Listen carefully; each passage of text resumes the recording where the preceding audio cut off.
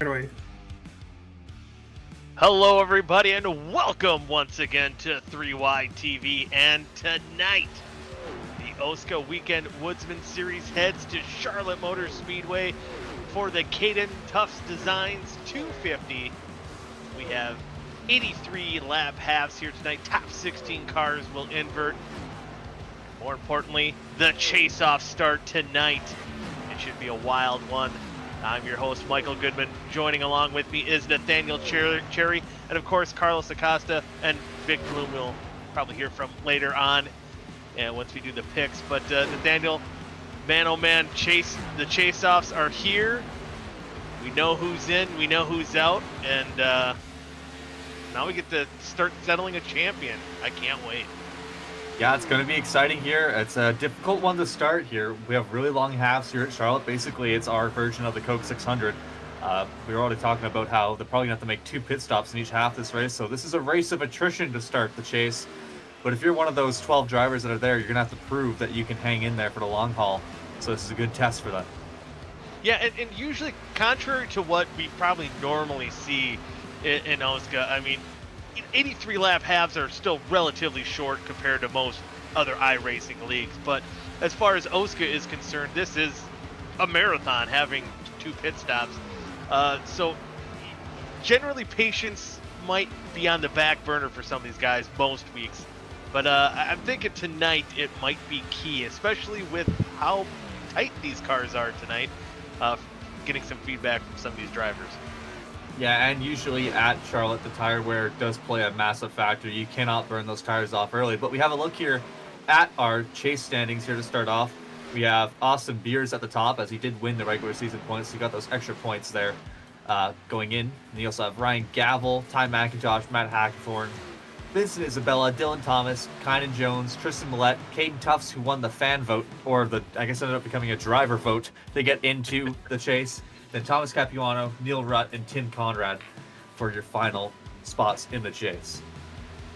Should be a fun one. We'll see if anyone can knock off Austin Beers. He's been pretty consistent, pretty tough. But you know, Ryan Gable, Ty McIntosh, some of those guys, they could play spoiler here. Vincent Isabella too. He's back in 5th, starting off the chase off. Should be a fun one to watch. And on the right, you still see the team standing Shift Esports currently on top, but South Shore, it's still got a little bit of a gap to go to catch just Shift Esports. But you know, Vincent and some of his teammates here tonight with is Dave Westergreen, is he in his sim rig thing tonight? He's in his normal setup. Okay, he's in his normal setup this week. Okay. So that could bode well for South Shore trying to catch up on the lead in the team standings. Westergreen's usually strong here at Charlotte, so he could take advantage of that. Yeah. But I believe... Oh, sorry. Oh, no, I was saying... It's time for us to thank Binks Designs. Yeah. Before we do our broadcaster picks. So Binks Designs is a local New Jersey graphic design company that specializes in all of your custom apparel and tumbler needs. You can check out their website at binksdesigns.myshopify.com or at the link in the description of this live stream. And our lead commentator for tonight, Michael Goodman, or Goody as we know him, you actually bought some. So I guess you're still waiting for it, but once we get it, we'd love to hear a review about how great they are. Oh yeah, and just bought it today, and I do have to say, Neil messaged me shortly after, and he's like, "Did you order something?" I'm like, "Yeah," and it's the Rodeo Raccoon, pretty cool can koozie. You should go check it out. But I am a little disappointed that Neil's, I believe his wife or his girlfriend, I'm not sure if they're attached there. Now making it awkward. Partner? Yeah, there you go. Thank you. You just made it awkward in the house. Yeah. But hey, they deserve this, because when she heard that it was just me, you know, it's Goody, you know, we race for him, and she's like, oh, so I'm not special. Yeah. Bad. Unlucky. But yeah, go check them out. It's they got some pretty cool stuff on there, and yeah, it was worth it. Let's go. All right. Did Trevor or Matt send anything in, or nobody is it me again? sent me anything, so it's you, buddy. All right, I'm gonna take the 71 of Ethan Stanley for half number 1. Cool. Yeah.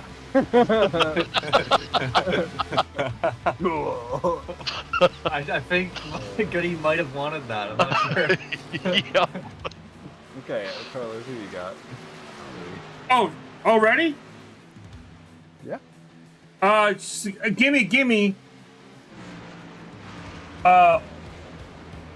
Watson in the 18. He's gonna have himself a good finish tonight. You know what? That's actually a good pick. Well, the drivers in half one, they pretty much unanimously voted for once to pick Ray Bracey in the 7 car. An interesting pick. Yeah. So that out of the way. Now it's my turn to pick, and I know exactly what I'm gonna pick. I'm gonna pick a guy that just this week made me laugh. I'm gonna go with the 95 of Ty McIntosh. All right. So hold on. You don't want to say that, but last week you dropped the F-bomb on us. I'm trying to keep PG this week, okay? I see you're trying to do better. Good for you. I'm doing better. All right, Cody, who you got for half one? Well, I'm gonna go with the guy subbing this week. I'm looking at that 6 car. It's not. Is it me fine on there yet? Oh yeah. Right? No, maybe not. But it's DJ Weeks. Right on. Boom.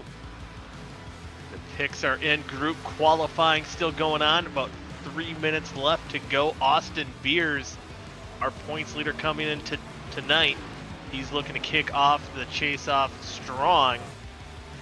Starting out front. Oh, a little kiss in the wall there for DJ Weeks. So how important, Nathaniel, do you think starting position will be here for half number one? You think for a guy like Austin Beers, he could set sail a little bit, maybe manage those tires in that clean air?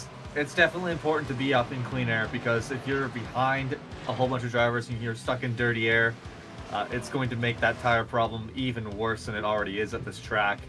And then especially for someone like Austin Beers, he doesn't want to have anything bad. Sorry, I'm watching death happen right now in turns 1 and 2. Yeah, there's a lot going on there. But it's still happening. For Austin Beers, you don't want anything bad to happen right at the start of your chase. You've had such a great regular season. You have that points cushion. You just want to have a calm, safe race. So for him starting on pole right now as we stand, that's got to be relieving for him. Yeah, it'll be fun to see how he plays this out. If he can stay on top of the leaderboard, there's a couple guys trying to make at least one last run here in that group qualifying. And there you see, I think, Dewar in the position you never want to be, the lead car of, I guess it might not be too bad. Although Ty McIntosh might go to the outside and lead that group. I think you want clean air here at a track like Charlotte. The draft's not going to pull you enough on the straightaway to make it up for how tight it's going to be in the corner. Could be, yeah. You see Caden Tufts riding high, our title sponsor for the race tonight. And again, as mentioned before, the fan vote to get into the chase-offs. Look at that. Oh, man, look at him, son. Oh. Dusty's blinking in and out. Caden holding a pretty wheel here. Saw that through the corner. About 1 minute to go. So these guys could potentially get about 2 laps in. Probably about a normal qualifying run, I guess you could say, besides the car is ahead of you. Yeah, I think probably Ty McIntosh is in the best spot here, because Caden's right behind Dustin, and especially with Dewar's blinking, that could really affect his lap. Oh, you see Dusty kind of get a little squirrely. They're going in the corner. It's gonna kind of hurt Caden's lap here too, and see if Ty McIntosh ahead of them. In behind, they wrecked. Jake Scarborough got into Dewar, and now he's sitting sideways on the back straightaway. Let's see if Ty McIntosh ahead of them will improve. He's in 21st as it stands. Ooh, he kissed the wall. Gonna invalidate the lap, I'm pretty sure. No, it didn't. Oh no, count 18. It. Count it. All right. Gained a couple spots. I think right before he crossed the line, he fell back to 22nd, moved up 4 spots with that. So as we wrap things up here, about 5 seconds to go. Looks like Austin Beers will hang on to our pole here tonight for the Caden Tufts Designs 250. Again, 83 laps. Best guesstimate that we have, about 35 ballpark it for fuel. So potentially two green flag pit stops or 2 pit stops, but we've seen crazier things before. But here is the starting lineup for half number 1. Austin Beers on the pole, DJ Weeks in second, In row number 2, Ethan Stanley filling in for Dave Carpenter, and James Watson in the number 18 car. And then Cameron Rich in a one-off start here, or I guess a rare start, and Dylan Thomas to his outside. Ryan Gable in 7th, and David Westergreen in 8th. Back in row number 5 is Jess Story, and alongside him, Vincent Isabella.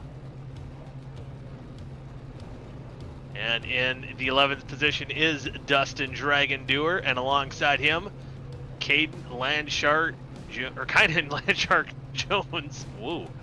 Been away from the game too long here. And then Noah Brown in the 52 tonight. Adam Tepe will round out row number 7. Matt Hackathorn in 15th, and Neil Rutt in his patriotic scheme here tonight. And where are we at? Drew Eisenman in 17th, and Ty McIntosh in 18th. In row number 10, there's Caden Tufts, and alongside him, James Miller. I'll let you take the last few rows here. All right, and in row number 11, we have Tim Conrad alongside Gilberto Javier Gamera in 22nd, Thomas Capuano alongside Ray Bracey in 24th. Then we have Tristan Millette and Adam Peeler making up 25th and 26th. 27th goes to Jordan Tarbell, and 28th will go to Zach Evans. And our final row on the grid tonight, 29th place has Rashid Coles, and 30th, Robert Hill Jr. So a couple of our chase-off guys starting pretty deep in the field here tonight. Yeah, some of them have some work to do. Zach Evans, interestingly, seen him in the 51, hearing that he was potentially not going to make it. That's why DJ Weeks is in his normal 6 machine tonight, but found out he was able to make the race tonight. I think Brent Jones lent him the keys to that number 51 hot rod, and we'll see what he can do starting in the back here. Should be fun. So a lot of work some of these guys have to do, and Austin Beer is the only driver in the chase-off starting in the top 5. See how it pans out. We're about a half a lap to go till we go to green. As you see on the left side ticker, the cars in green are your chase-off drivers. And as you see there as well, the top 16 cars will invert for half number 2. Keep an eye on that. Without further ado, again, Austin Beers, DJ Weeks leading them to the green flag here. They're pulling those belts tight one more time. Pace truck is off. God bless America. They're getting into the restart zone here. Green flag is out. The Caden Tufts does not... bit of a checkup already, and they're going to be wrecking. Oh, Dylan Thomas in the infield, though. A couple cars. Gavel's going around as well. Oh, that's a big one. Oh, Westergreen, heavy damage to the front end of his machine. Many chase-off drivers involved. Oh, front and back bumpers missing. Of Westergreen's bad halves for him to start off on lap 1 the past 2 weeks. Man, can he catch a break? So I didn't see who that was. I heard he's talking. He spun the tires and got up into the wall, but I didn't see who that was. 18 of James Watson, but Watson. he kept it. Yep. You know, he did what he had to do. He kept it in the wall. It just somehow. It's just accordion effect. It looked like Dylan Thomas might have been letting off for what was going on, and the Westergreen had no idea it got in the back of. Then Thomas. somehow Ryan Gavel was also spinning. I don't know if Dylan Thomas caught him. Oh! No, he did. No, he didn't. He just got loose. But he might have been reacting to the car going down like that. I don't know. That was different. But we had wreckers everywhere. Yeah, I don't think too many cars got damaged terribly. A little damage there on Watson. Kynan hit the wall. I didn't see that. Oh, and Neil Rutt, another chase-off driver there as well. So a lot of guys, those green banners, are involved here in a lap 1 wreck. Yeah, so that's going to make a big impact on this race pretty early on here. Also of note, DJ Weeks was ahead of Austin Beers at the time of the caution, so he'll have control here for this restart coming up. Oh, wow. So Once that's I'm going going to with be these replays here, I think we forgot something in the pre-race. Oh, Should we We did. should perhaps say thank you to Weekend Woodsman. But We will. We'll finish Let me looking just, at the replays here first. play one more replay. Okay. This is Tristan Millette. Oh, Finds a way through. finds a way through, and they're still wrecking. And man, oh man, Yeah, they were wrecking for a long time there.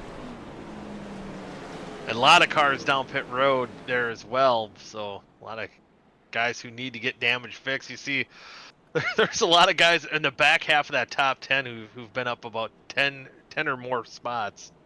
All right, gentlemen, Interesting. give a massive yeah, thank we'll you go- to the boys at Weekend Woodsman. Here's a quick video they sent us. Be sure to check out Tim Mayo Conrad and the Weekend Woodsman crew on YouTube. Make sure you hit that like button to get notifications when a new video drops, and check us out on Instagram and Facebook. Enjoy the race.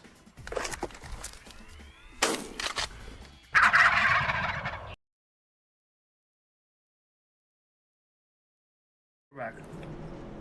And we are back. We're still trying to decipher who got in that wreck, who didn't get in that wreck. I mean, out of the 30 cars, Nathaniel, I think about 15 of them at least got some sort of At least 15. And again with the long, it actually looks like Beers too had a little bit of a trip up on that start as well. So these tires must be a little slick on these restarts. See James Miller there in the 17. Oh, he hacks into the back of Tyler McIntosh. Shouldn't be too bad for the damage. He should be good to continue.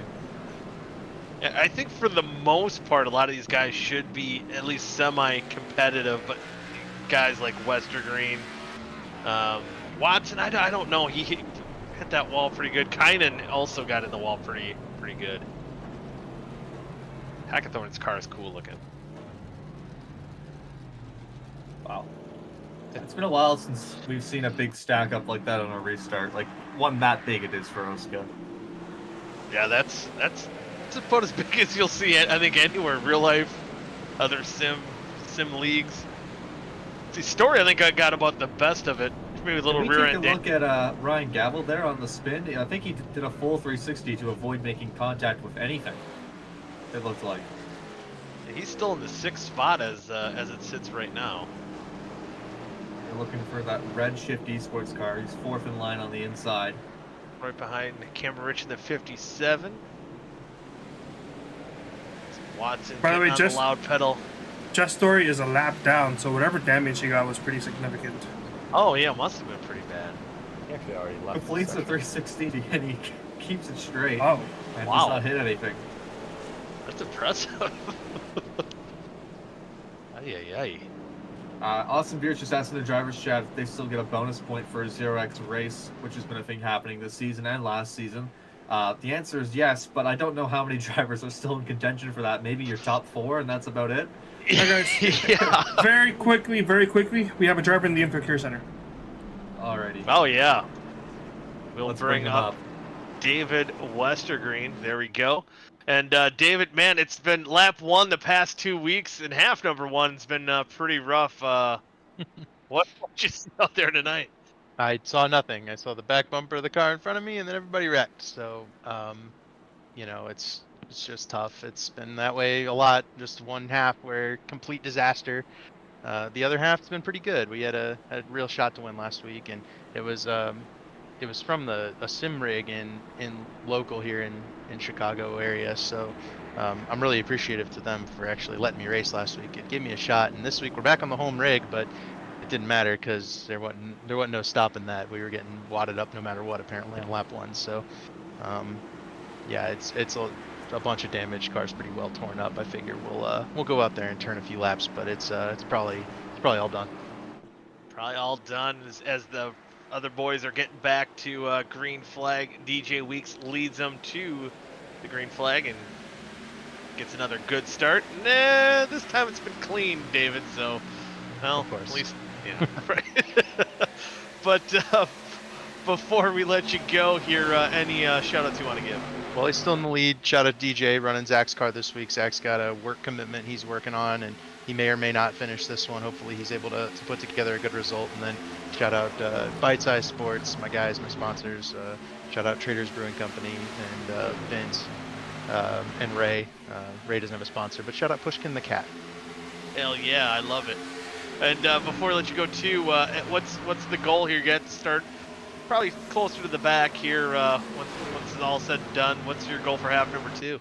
I was looking forward to saving my tires and kind of taking it easy, figuring out what how I wanted to approach it, try to get off cycle from these guys, and yeah, we'll try that in half 2, but it'll be significantly less successful, I think, from the back. So getting past, so it's super tight, horrible setup right now, but that's just the Xfinity car on iRacing for you right now. I don't think there's anything we could have done about it.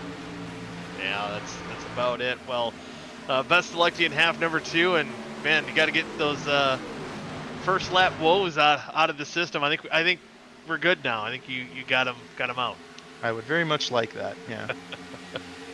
All right, thank you, David. Thanks, guys. Thanks for the broadcast. Have a good one. You too. Yeah, man, it's a wild start to this race, but now things kind of smoothing out here a little bit. Austin Beers taking that lead. DJ Weeks dropping back into the 6th position. But man, I was gonna say, we saw that 360 spin by Ryan Cable, thinking maybe he burnt those tires up a little bit, but man, he's on the move. He's up to 3rd.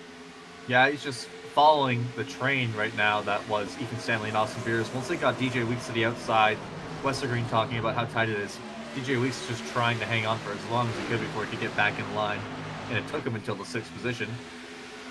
So Gavel was able to just kind of follow through on that. We'll have to watch as we get further into this run if he is feeling the effects of those tires quicker than everyone else, especially since he's following right behind Stanley and Beers right now, so he's right in their dirty air.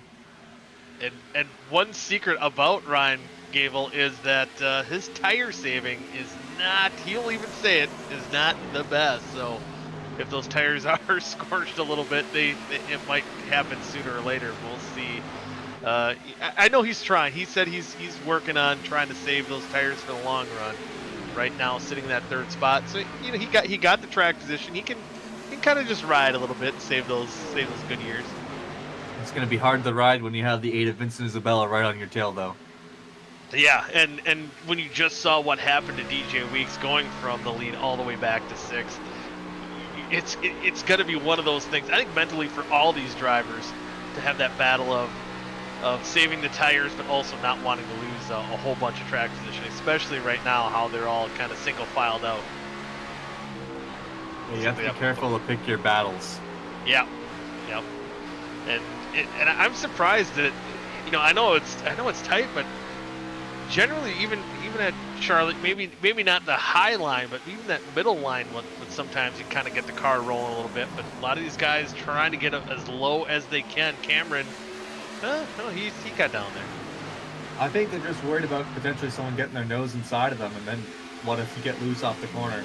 You don't want to be side by side for too long here. And just for saying that, Isabella has gotten on the inside of Ryan Gavel.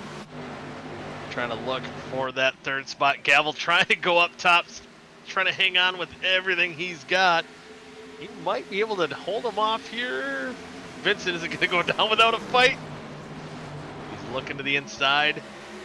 It's the battle. Cameron Rich is probably the only one kind of running a little bit different lines, and he's up on the top side trying to pass Vincent. I don't think we've seen that all night.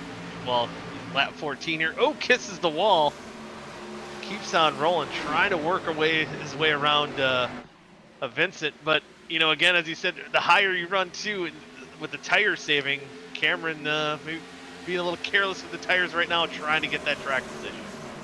Well, I guess track position is important as well, because even if your tires go out a bit quicker than everyone else, as David was also talking about, it's hard to pass. So if you can just plant it on that inside, no matter how slow you are because of tire wear, it makes it hard for people to get around you. And how about Caden Tufts? He was the fan vote. He's currently working on Vincent Isabella for 5th place, so taking advantage of that opportunity to get into the chase, he could very shortly be the 3rd highest chase-off driver. Yeah, and how about that? He was in the chase almost all regular season long, gets kicked out of the chase-off by points at Talladega last week, and then gets the fan vote. He's proving that he is a worthy candidate for that chase-off position. Right now working in that 6th spot, trying to get 5th from Vincent. I didn't see the damage there from Isabella. Was that from that wreck? That maybe just happened. Either he kissed the wall, but that's a weird place to have damage for a wall tap too. Yeah, unless he just kicked it out sideways, something we might have missed. Man, bumper to bumper, all these drivers are in the top 6 here. DJ Week still holding on to 7, Dustin Dewar 8. And Capuano got his wins at Knoxville, got him into the chase-offs. Currently Dustin having a Dewar's good in run the wall. tonight. Sorry. Dustin Dewar hit the wall there. Oh, yeah, he rim-rided it all the way around. That will let Thomas Capuano get by in the 8th position. Ooh, OSCA Daddy. Hold on, let's go back to OSCA Daddy for a second here.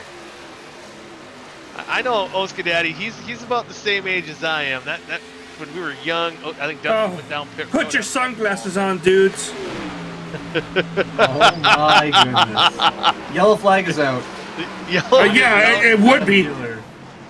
It's OSCA Daddy. That's not even what I was looking at. I was looking at the old Derek Cope throwback. Oh, there. Dustin Dewar had an issue. I thought he was going down pit road, but something must have happened. Dewar lost his steering, says Neil lost Rutt in the driver's chat. Yep. His computer issues still come up to bite him. Oh my. Oh, wow. I think he tried his best to... Oh, no. Please. Oh, machine. Oh my. Oh, man. I was just going to say, luckily no one else got involved, but I didn't realize it was that close.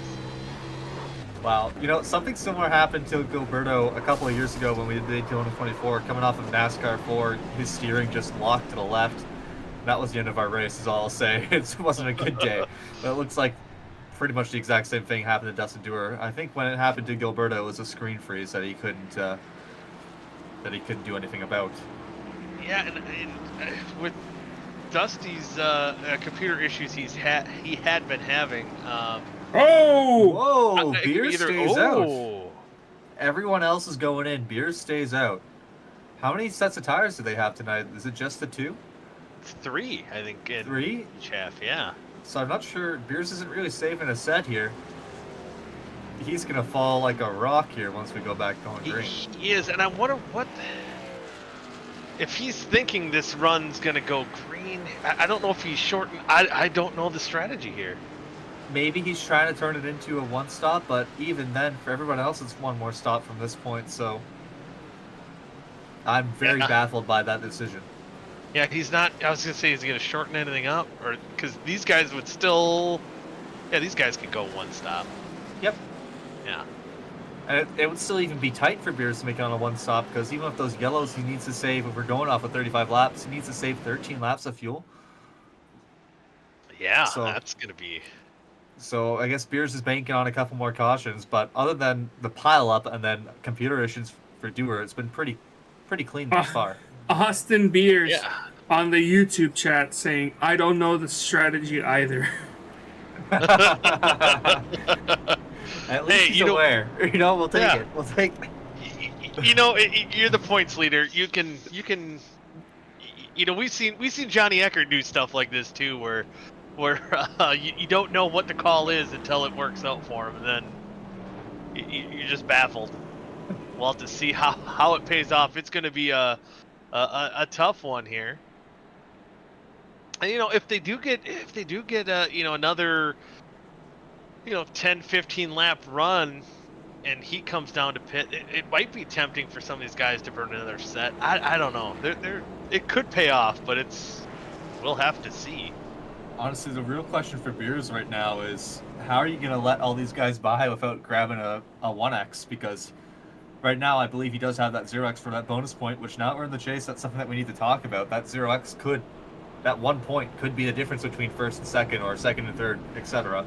So for Beers now, he's going to get past. He just needs to make sure it happens cleanly. Yeah, and that's going to be huge, and especially on some of these calls where you kind of roll the dice. Yeah, every point's gonna matter here, and especially with a lot of these guys, a lot of the chase-off guys who already lost that opportunity at that bonus point. Yeah, I think it's probably pretty safe to say that we can assume every single chase-off guy outside of Beers got an incident from that wreck. Yeah. Austin Beers on the YouTube chat says pointing them to the top. Pointing. Oh. Is he talking about the incident points? I'm not sure. No. How the others are gonna get by? I'm going to be pointing you guys to the top. Don't make me do a dive, please. Oh, I okay. see. Oh, okay. Thank you for adding a Makes 4K sense. there, Goody. You're welcome. I was not aware of what I was doing there for a minute. So we got one more lap to go to green. We'll go back green flag racing on lap 23. Be about 51 laps to go here in Beers and Ethan Stanley. And you got Ryan Gable and Vincent Isabella, a couple of chase-off contenders, and Caden Tufts. Oh, he's sixth. It's just the live thing. Cameron Rich and then Caden Tufts on the outside. Man, how aggressive is that battle between Gavel and Isabella going to be here to try and take advantage of Beers dropping back? Oh boy, I know he said he's pointing them high, but if anyone's going to try to make that peak low, it might be Ryan Gable right here on the restart. This could be another wild one here too, and we haven't seen this worn out of tires on a restart. Austin Beers is going to be the guinea pig for that here, and we've I think seen he's going to have more grip on it. Ironically, I think that the cold tires here, we could see some more chaos if people forget what happened on the restart to start the race. We'll see. Oh, Beers quickly heating those tires up. Get a little heat on them. Maybe he's still listening to the broadcast here. Remind him. He probably is. Pace truck dives down pit road. They're getting close to the Geico restart zone. Austin Beers leads into the green flag on here, lap 23. Ooh, a little kick from some of these drivers. They keep it straight. And a good jump by Beers. See if he can. Oh, and there's the run. There's the run. Wow. Wow, what a run to the outside. Oh, Cameron Rich. Oh, he's going to go to the inside. Oh, I thought he was going to get the run yet. Oh, he's going to be pinched behind Austin It's in Beers. the middle of the corner where you're really seeing how much the tires are hurting Beers at the moment. Yeah, you see down the straightaway still holding pretty strong. Actually got a decent run out of the corner, but yeah, just right in the apex. Oh, caution's out. That was a manual caution flag by race control here, so I'm not sure what has happened. Right? 52 into 96. Oh. Yeah, and Tepe on pit road, so a caution that iRacing didn't throw. Take a look at it here. Must have been something similar to Dewars where it went down pit road. Wasn't going to throw a yellow. Yep. Fitz2 slides up into 96 and they both go for a ride. Tepe spins into the pits. He's got the beautiful Binks Designs Chevrolet out there. Oh, just got like tight, kind of loose, or I don't know, it's weird. Yeah, he slid up a bit. There was definitely some netcode help, but that contact was going to happen anyway. And luckily, it looks like both drivers will be able to continue. Yeah, okay. Yeah, and what a job by Tepe too, keeping off that little in the pit wall there, I guess, on the end of pit road. Yeah. So I now, imagine we're going to see Beers dive down. I don't. Or is he gonna? I mean, is he gonna lay in his bed here? I don't know. I guess we could see. Yeah. I can see both arguments. And here he comes. I didn't know until he turned down if he was gonna do it. So now he's going to be off sequence here a little bit, and especially how short of a run that we had on that green flag, maybe a handful of laps. This is really going to put Beers behind the 8 ball. We'll see how well these cars can pass. We'll see how quick Austin Beers can work his way back up to the front, if he can. Well, yeah, that wreck happened on the second lap after the restart, so those tires that everybody else has on are not worn really at all. They haven't gone through a heat cycle yet. And Beers is honestly it's probably the best thing that could have happened to Austin Beers because he's only going to be a lap off a cycle, which you could usually save that under yellow here with your fuel, or you could just burn a little bit of fuel if you wanted to get on cycle with them.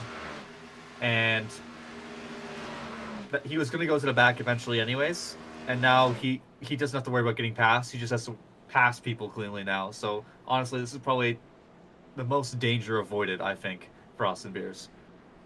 Yeah, now he can just kind of get out there and just drive the thing. Doesn't have to worry about it too much.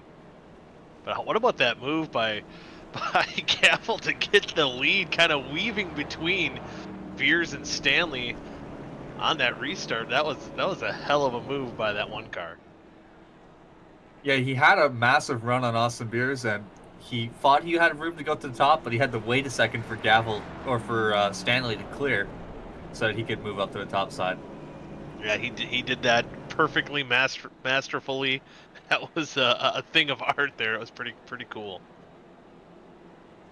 So looking at still a lot of these guys I think benefited from that lap 1 chaos. Again, Caden Tufts, as we talked a lot about him here in the Caden Tufts Designs 250. He's up 14 spots in 5th. Thomas Capuano up 17. Ray Bracey, how about that? The drivers knew what the hell they were talking about. He's all the way up to 8th. And Tristan Millette up 16 spots in 9th. How about Zach Evans too? He started way back in the field. He's currently sitting at 12th. So definitely got some track position from where he started. And again, hopefully he can at least finish half number 1 here before his work obligations get the better of him. But if he can kind of kick it off and get a decent points half here, and I'm sure he'll be happy with where he's sitting right now. Yeah, and of note, I think the only chase-off driver that is laps down at the moment is Kynan Jones. I think all of them have actually survived up to this point. Yeah, man, how hard he hit the wall. Yeah. Lead lap and Beer. Maybe we should talk to Kynan. Yeah. Should we talk to Kynan Jones? Is he on track right now? I mean, he's in the pits. Okay, yeah, bring him up. Yeah. There you go. Kynan Jones, this is Goody up here in the OSCA booth. You got a copy? Unfortunately, I do. Yeah, it was not the way you wanted to start the chase-offs here tonight. As got into the wall pretty hard. What was your kind of view of the chaos that happened? So from what I saw, someone looks like they got wheel spin, probably laying it back too much and then gassed it up trying to catch up. Then people didn't really have much time to react. Thought we were all good. Thought we were only just going to get a little bit of front bumper damage, but then seemed like David may have gassed it up a little bit too early, and then that's what sent him up into me, which killed the camper, everything in the front suspension, and it means I have no steering. So that's rough. How much damage do you have left to fix on that old Lancia there?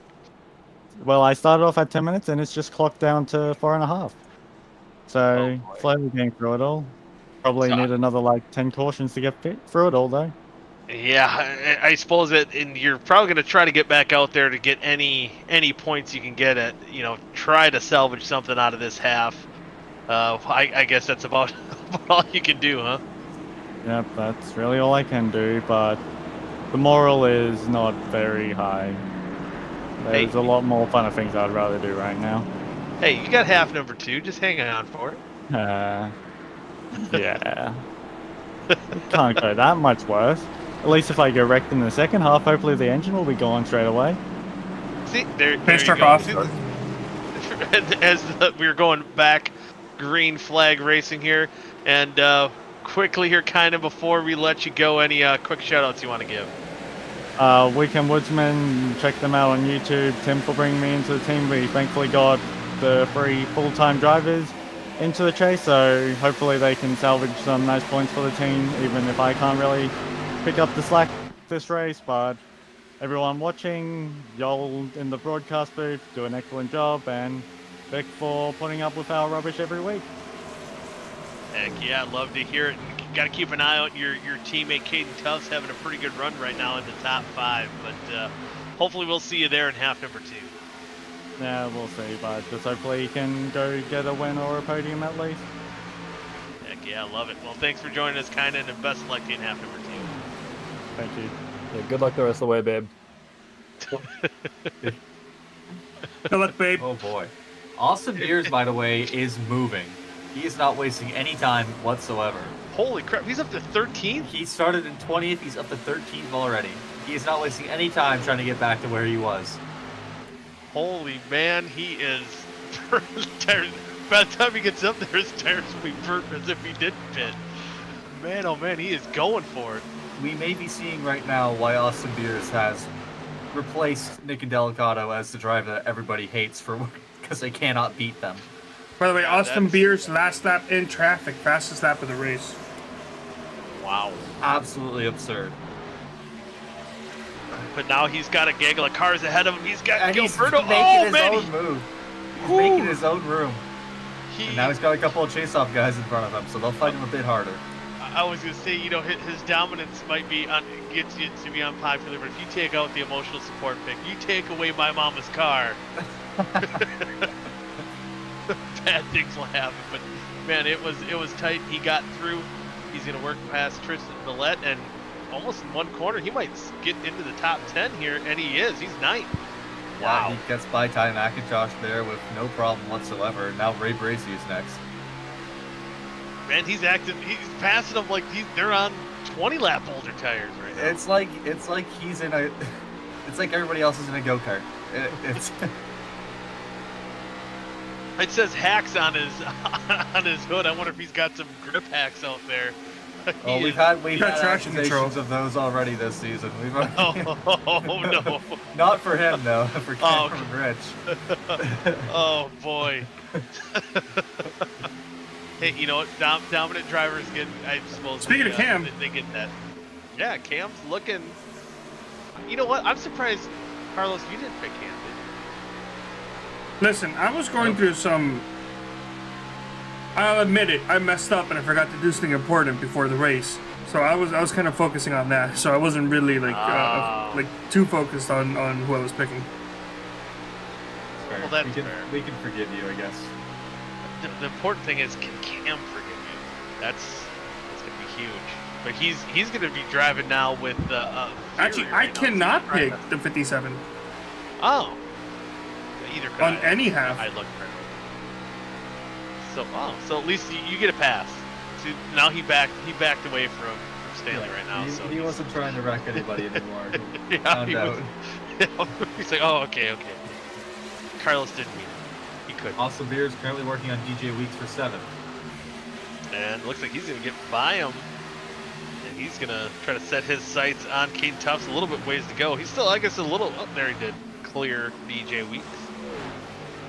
It's crazy that he's restarted in 20th, and now we're only a couple laps in, and he's less than a second and a half behind the leaders.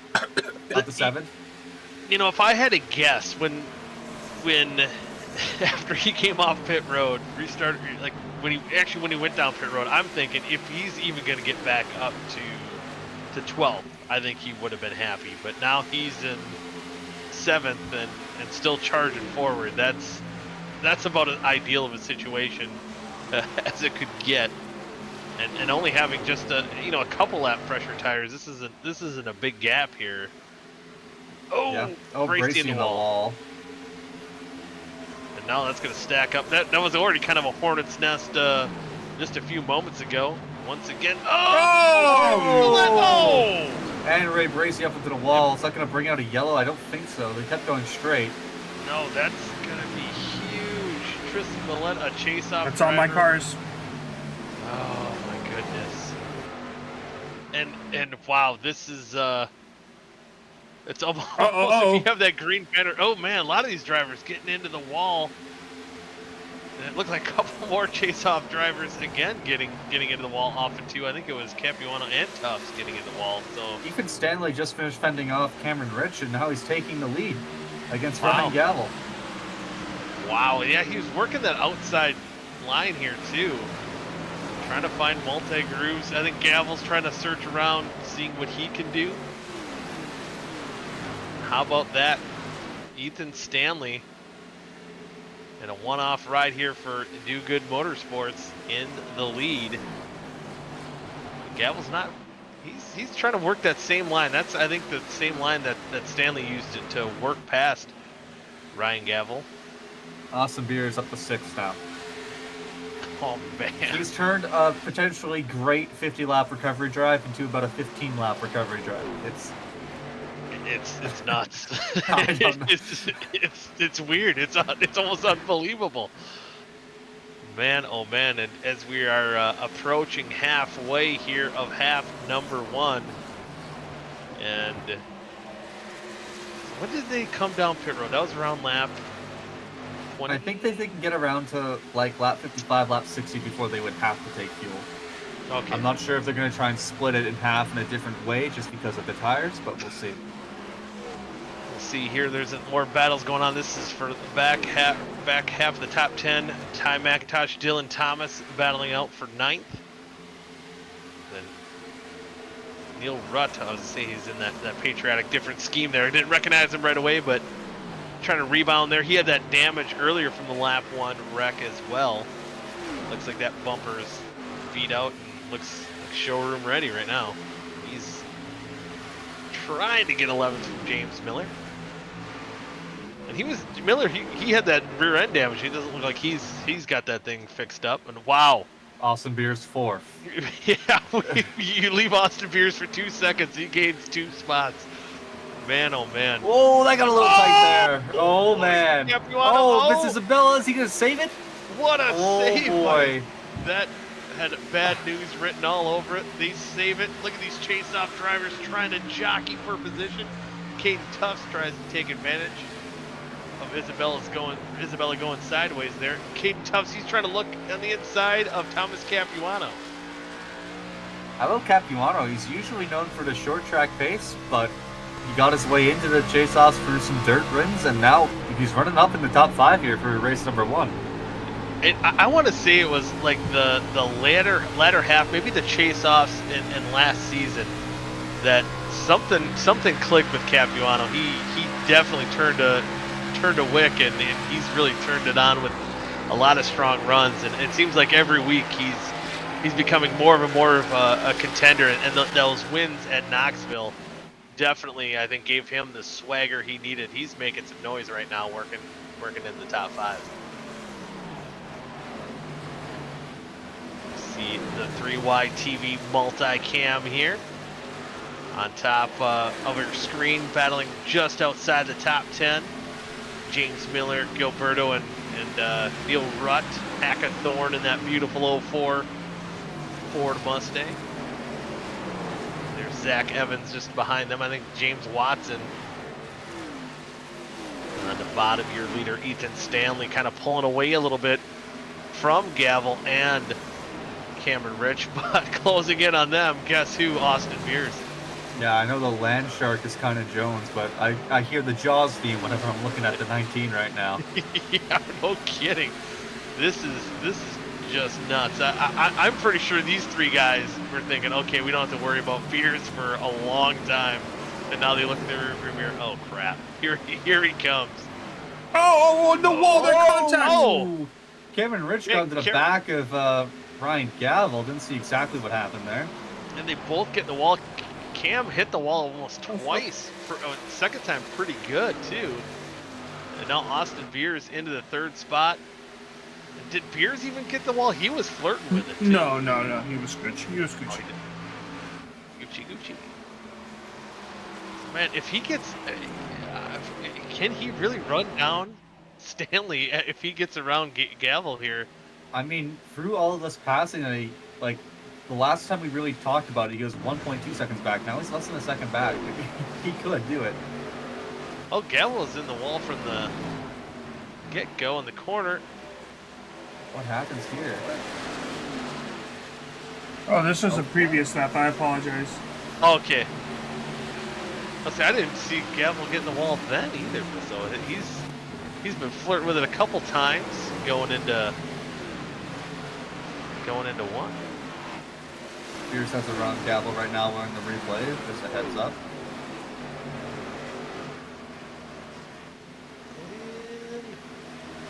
Huh. I don't know what's up. Sorry, guys. Oh, All good. it's okay. but while we're in the replay, Beers is second now. Yeah, magic, it happens. Ooh, Gavel going down without a fight. It was right on the back bumper of Austin Beers. So we're at 33 laps to go. Sorry, 34 laps to go, that is. So. Oh, Cameron is knocking that wall down. Cameron reaching the wall. So the pit window is open. You can make it to the end from this point on. Let's see if anybody wants a short pit. Man, I don't know. For the way Austin Beers just ran these guys down, he's got skill. I probably wouldn't do the strategy, but seeing what Austin Beers did, it made me think about short pitting a little bit and see if I could stretch those final set of tires a little bit longer.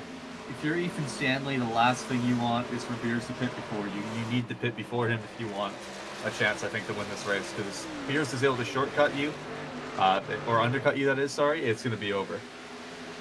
Yeah, and he's still closing about a second back from Ethan Stanley. See if he closes that gap. Right now, kind of plateaued here a little bit. And man, Gavel having the same issues we've seen in that replay. So we see both the 1 and the 57 having issues. I guess they're turns 1 and 2, which kind of surprises me, because generally when you run here at Charlotte, 3 and 4 is usually the corner that kind of upsets. Oh, we have our first pitter.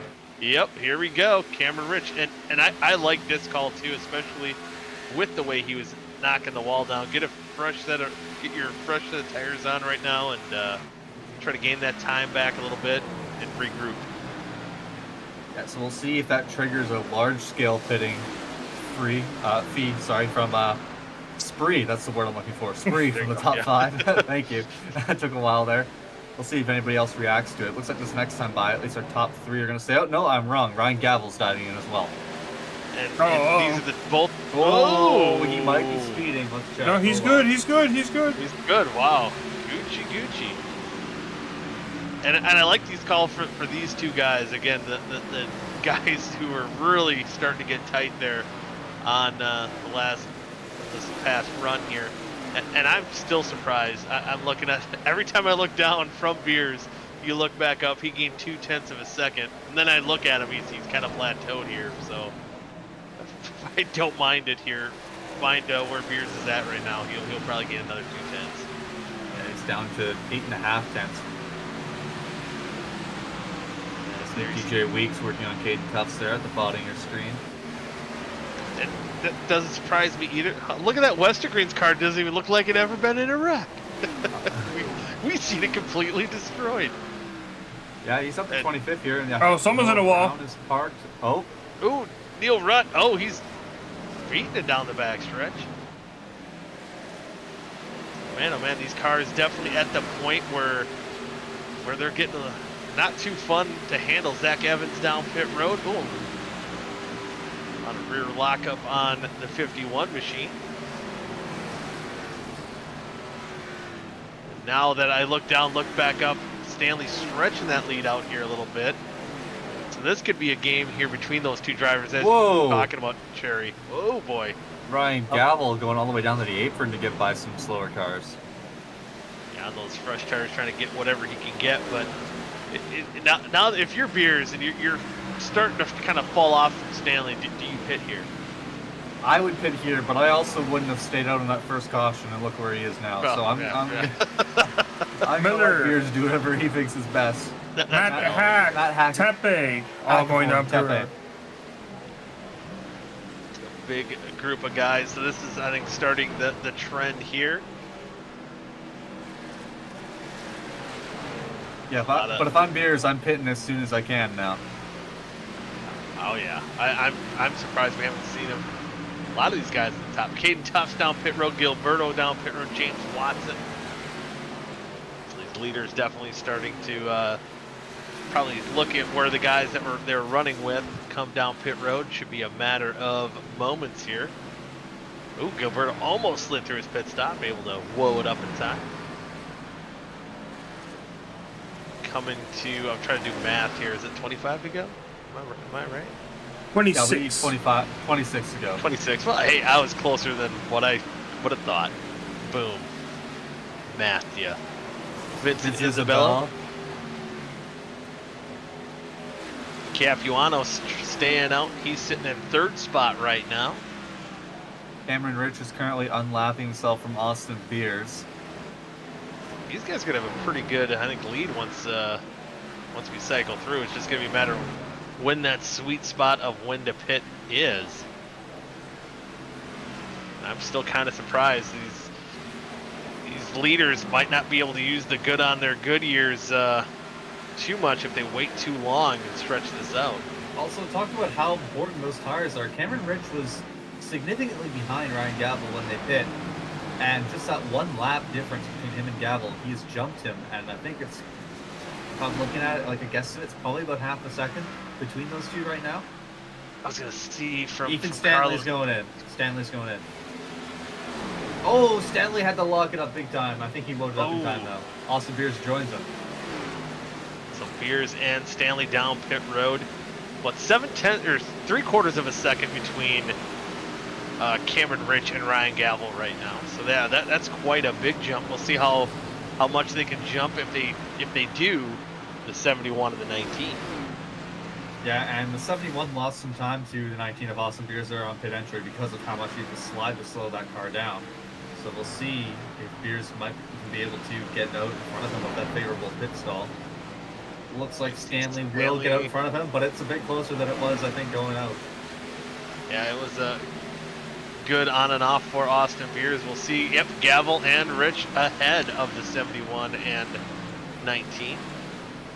And Caden Tufts now in between Stanley. Oh, and by him. So those guys who short pitted do have the track position now. 23 laps to go. Can they hold them off? Will be another story. There's Neil Rutt trying to get some TV time for that patriotic scheme there. The Binks designed Ford Mustang. Your Gavel or Rich, you're really hoping for a yellow before those two front runners get to you, because then you could possibly all get a pit stop and track position would be on your side. You know what? We need to get who. Oh, I was hoping Rashid was going to stay out and lead a lap. Oh man. Dang it. Neil Rutt's going to lead one, though. You should be happy about that. Yeah, I am, but I'm looking for the Cinderella story here, too. So now Cameron Rich does cycle out with the lead. Ryan Gavel in second, 3/10 of a second back, so he's gaining back the time that he lost. Robert Hill's sitting there in 3rd. He's stretching it out about as far as I think the gas tank will allow him to. Is 22 laps enough for Ethan Stanley to make up 7 seconds? Ooh, what's the lap times they're running? Because that has to be like 3/4 of a second per lap, I think. No, yeah. Less than that. Sorry, like maybe 1/3 of a second per lap. Still a pretty big gap that he has to make up every single lap, and those tires will continue to get burned up. Last lap, he was 0.8 faster. That's quite a bit, but and this is gonna help. Gavel and Rich getting side by side. Gavel no. Cameron holding on side by side, 20 to go. Gavel takes the lead. And it's already down to 6 seconds for Ethan Stanley, so I retract my statement. He will catch them. It's only a matter of time. But there could be a point of the tire wear too that gap will plateau a little bit. So he's gonna have to dig whatever he can get. Oh, I thought he was gonna push up out of the corner there, able to hang on. Austin Beers is a bit farther back, so it may be a bit tougher for Austin Beers to make up that gap. And he's had to kind of work his way around a lot of these guys that undercut both of them. He has to work a little bit harder. This almost seems a little bit harder than what he had to do on the last restart. Trying to get around James Miller sitting in 4th spot right now. We'll tuck in underneath him and we'll get by. So move Beers up into that 4th spot, but he's still quite a ways back, about another 3 seconds back of Stanley. But man, yeah, that gap. Okay, I am convinced Stanley. Yeah, plateau be damned. He's gonna catch the 57. Yeah, now it's only 4 seconds less than that in 18 laps. He's already gained 3 seconds in 4 laps. I think he's gonna be fine. Yeah, he's sitting pretty right now, and quite a considerable. Oh, who's that? That's Robert Hill, who just came down pit road. So I don't think he was even on track that long. See what happens here in the 3-wide TV replay. Oh, gets. Oh, does he hit the Oh, he was my. trying to get on pit road. I don't know if he was trying to get off it, or I think he might have gotten loose on the apron. This might have been his outlet from pit road. Interesting. So Well, we stay nonetheless, green here, yeah. Stanley now within 2.5 seconds of Gavel. And even Beers, who was gained about 2 seconds on him, so he might definitely get a shot here at a podium finish. But right now, the man to beat, I think, is going to be that 71 car of Ethan Stanley. I think the more important battle for Beers is going to be if he can catch Ryan Gavel, his chase-off contender. Yeah, that's going to be, yes, yeah, again to note, Rich and Stanley, they're not in the chase-offs. They're just racing for the checkered flag. If Beers can get around Gavel, that will be huge to kick off these chase-offs.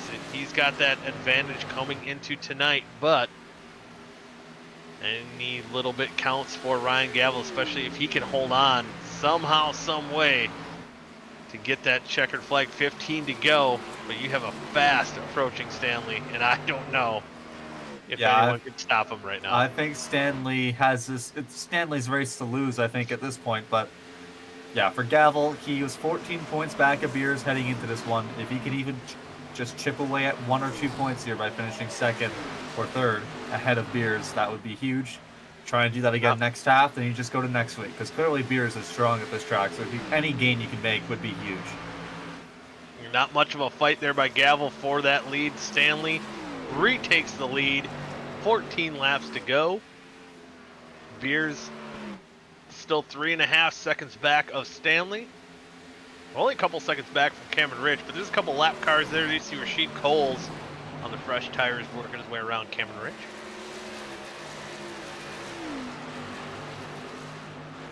Cameron Rich wasn't too happy about Rashid Coles making that move on the driver radio. Hey, sometimes it's hard. Actually, to the contrary. Oh. To the contrary, he feels like he is not in this battle. Oh, never mind. I thought it's not like I'm in a battle or something. Go ahead. Never mind. Trying to point Cameron Rich in a negative light. What is wrong with you? Oh, my bad. Oh my goodness. The man is trying to fight the trash control allegations. I think he's doing a good job by losing this battle to Ryan Gavel right now. And there you see Gavel giving that position up to the fresher tires of Rashid Coles. And just probably a matter of moments now before Beers catches up with Cameron Rich. Let's say his gap between Stanley's pretty much plateaued. So his job right now, I think, for Beers is if he can get around Cameron Rich, and will he have enough time to even close that gap to Ryan Gavel? Again, Still 11 laps to go. That's a long time. It's a long time. We'll see. A lot of stuff could happen, and I gotta wonder too. On the end of that last sequence, we've seen Gavel and Cameron Rich really start to struggle with the handling of the race cars. So I gotta wonder, not just for them, but for a lot of these other competitors, of what could happen if we've been long enough on these tires to start getting a little hairy. See now, right out the roof cam of Austin Beers. He's got Cameron Rich, Ryan Gavel right ahead of him.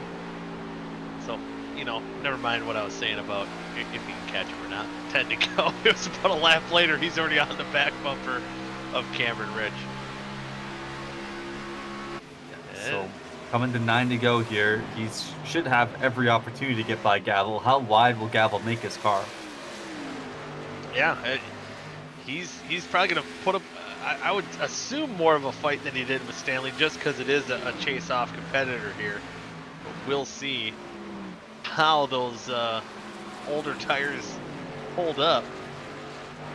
Look at Caden. He's sitting back there, probably fresh car, fresh tires. He's being leashed up like a dog. He doesn't want to get involved in the fight here. Beers going to the outside now.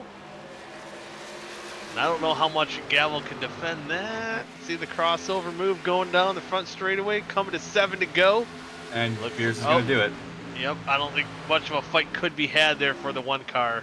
I was a little bit older of tires, but I still like the call there for Cameron Rich and Ryan Gavel to kind of undercut these guys. It gave them, I think, a puncher's chance to try to stay ahead of them.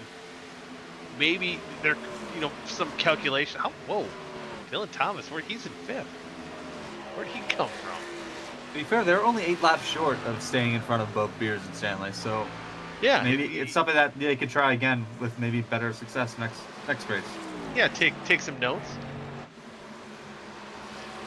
But here we go, 7 to go, 4 1/4 of a second lead over Austin Beers. So he's definitely pulling away. He's looking good. All he's hoping for right now is that no caution comes out. It looks like he'll be able to get the victory here in half number 1 of the Caden Tufts Designs 250. So I was just gonna see an update on our driver Caden Tufts, sitting in 8th spot right now. So I think a little bit of the pit cycles hurt him. He was in the top 5, but it's still a solid run, especially some of the bad luck that we've seen from our chase-off drivers. You see on the second ticker there, especially for Conan Jones and Tristan Millette, who got involved in that wreck that did not bring out a caution with Ray Bracey. Some guys who definitely capitalized to kick off half number 1 here. And one guy who kind of had a quiet night here, OSCA, well, besides him not wearing a shirt, OSCA Daddy, right now sitting in that transfer spot. So maybe not the best half number 1 here, but if he can hold on to this 16th spot, he could definitely set himself up. And, I don't know why. That with him without a shirt on, he makes himself look older than what he really is. I don't feel like I'm that. Oh, old. that's just mean, man. That's I don't know. It just he that's looks, an insulting those are fighting words. Maybe I feel like this is how my dad would raise or something if he got a diary. No, you need to understand what you just said. You just said that when you see his bare body, he seems older. That's so mean. That's so mean. Well, if you seen my body without clothes on, you'd probably think the same thing. Well, I hope I never do. Yeah, but I wouldn't say it. That's good. Maybe I would. I don't know. I probably wouldn't either. But anyway, he's sitting pretty good with no shirt on. He's looking to get that invert to the pole in half number 2. Just 3 laps to go. And Ethan Stanley checking out, almost a 5-second lead now of Austin Beers. Now the important thing is too, we've seen Gavel get around Cameron Rich, and he's only 1 spot behind Beers. Does Cameron Rich have anything for Ryan Gavel too, to maybe Cameron's only out here for wins, so I don't know how hard he's going to push it, but being a race car driver, you want to finish the best you can. But the gap has started to work in his favor here the last couple of laps, so I see what you mean. He might have a chance here to maybe send something in these last 2 laps. Yeah, and you gotta. He might not try too hard, but Gavel's got to be aware of that to not lose any more points to Austin Beers.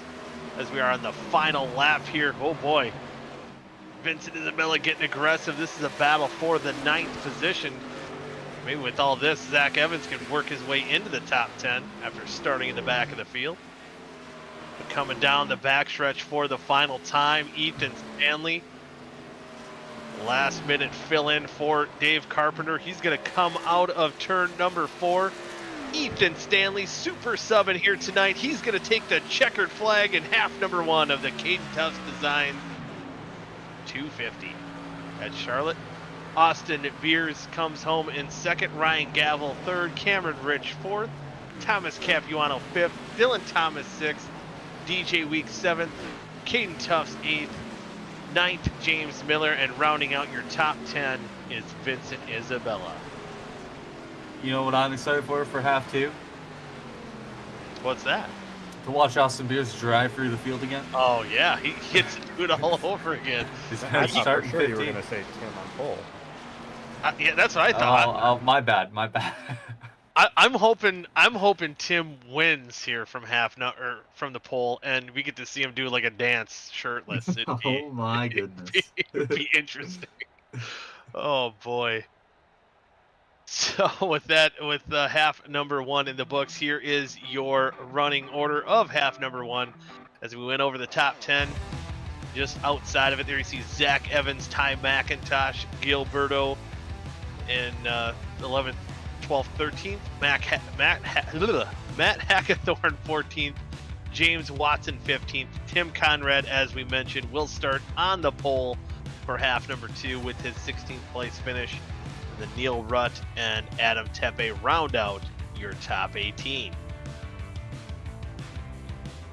So now, I'm kind of looking through some of these guys again that didn't have the luck here in half number 1. I want to see even like what Tristan Millette, David Westergreen. I don't know if Dewar's even still in here as well. He was in the top 10 when his computer issues kind of jumped up and bit him.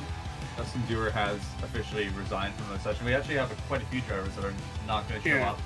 By the way, so speaking of computer issues, Jordan Tarble also had computer issues. Wasn't even able to start the race. Oh wow. Yeah, so Jeff Story, Tristan Millette, Dustin Dewar, Jordan Tarble, and Drew Eisman are all being shown the checkered flag on the session, which means that they are left it and they've also like unregistered. So we're gonna be down to 25 cars for the second half. 25 cars, wow. For the first time since 2023, there will not be an RKM entry in an OSCA half. Oh wow. That's where did they all go? What is there? Yeah, there's picks to be made. So before we do that, let's also give another shout out here to Biggs Designs. Biggs Designs is a local New Jersey graphic design company that specializes in all of your custom apparel and tumbler needs. You can check out their website at bigsdesigns.myshopify.com or at the link in the description, or you can also look at the beautiful number 96 machine that Adam Tepe is driving tonight. Vic, who is first for picks? So the drivers on, they had a good pick. Yeah, they did. Didn't quite pan out. So Craft 2, they want Ethan Stanley. Fuck. Of course. I know. It's the biggest surprise. That somehow, some way, they knew that he was. Mind you, they picked this during practice to make this pick. Okay. Who's next? And then up next is Carlos.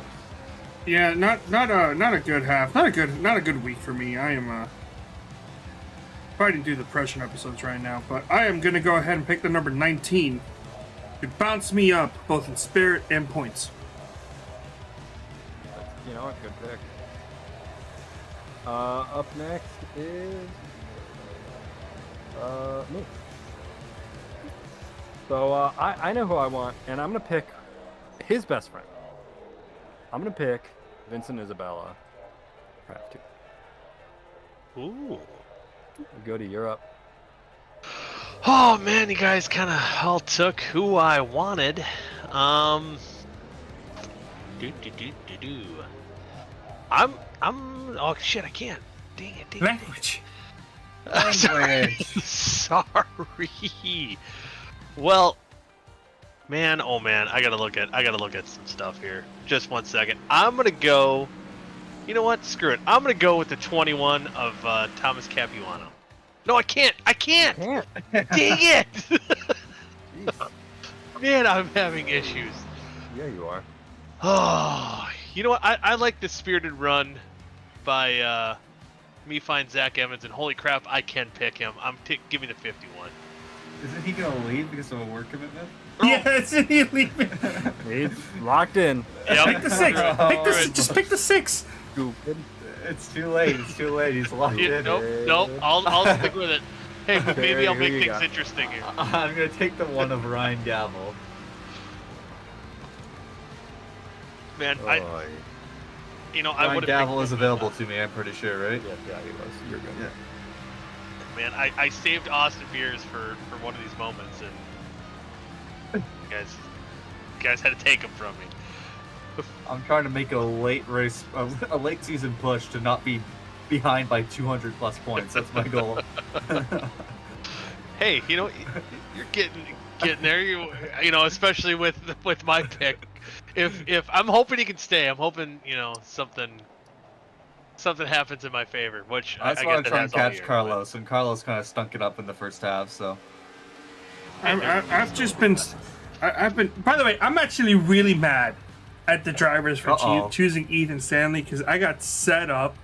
I had set up the perfect segue for it. I was gonna be like, and for my pick, I'm gonna bring back the knee-high septic, stinking up the race award winner, and choose the number 71. But no, they had to choose it for me. I mean, they had the drivers chose. all right, well, Carlos, I'm can mad. you stop your rant here to potentially thank our sponsor, Weekend Woodsman. Yeah, thank you so much, Weekend Woodsman. They have provided us a lovely video to play for them. Be sure to check out Tim Mayo Conrad and the Weekend Woodsman crew on YouTube. Make sure you hit that like button to get notifications when a new video drops, and check us out on Instagram and Facebook. Enjoy the race.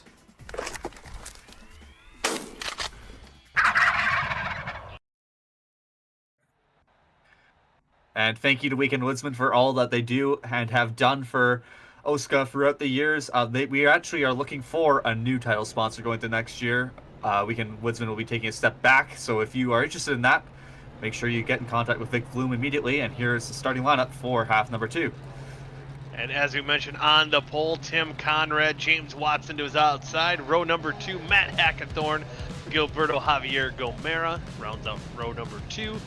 Row number 3, Ty McIntosh and Zach Evans. Please make the whole race. And row number 4 is Vincent Isabella and James Miller on the outside in 8th.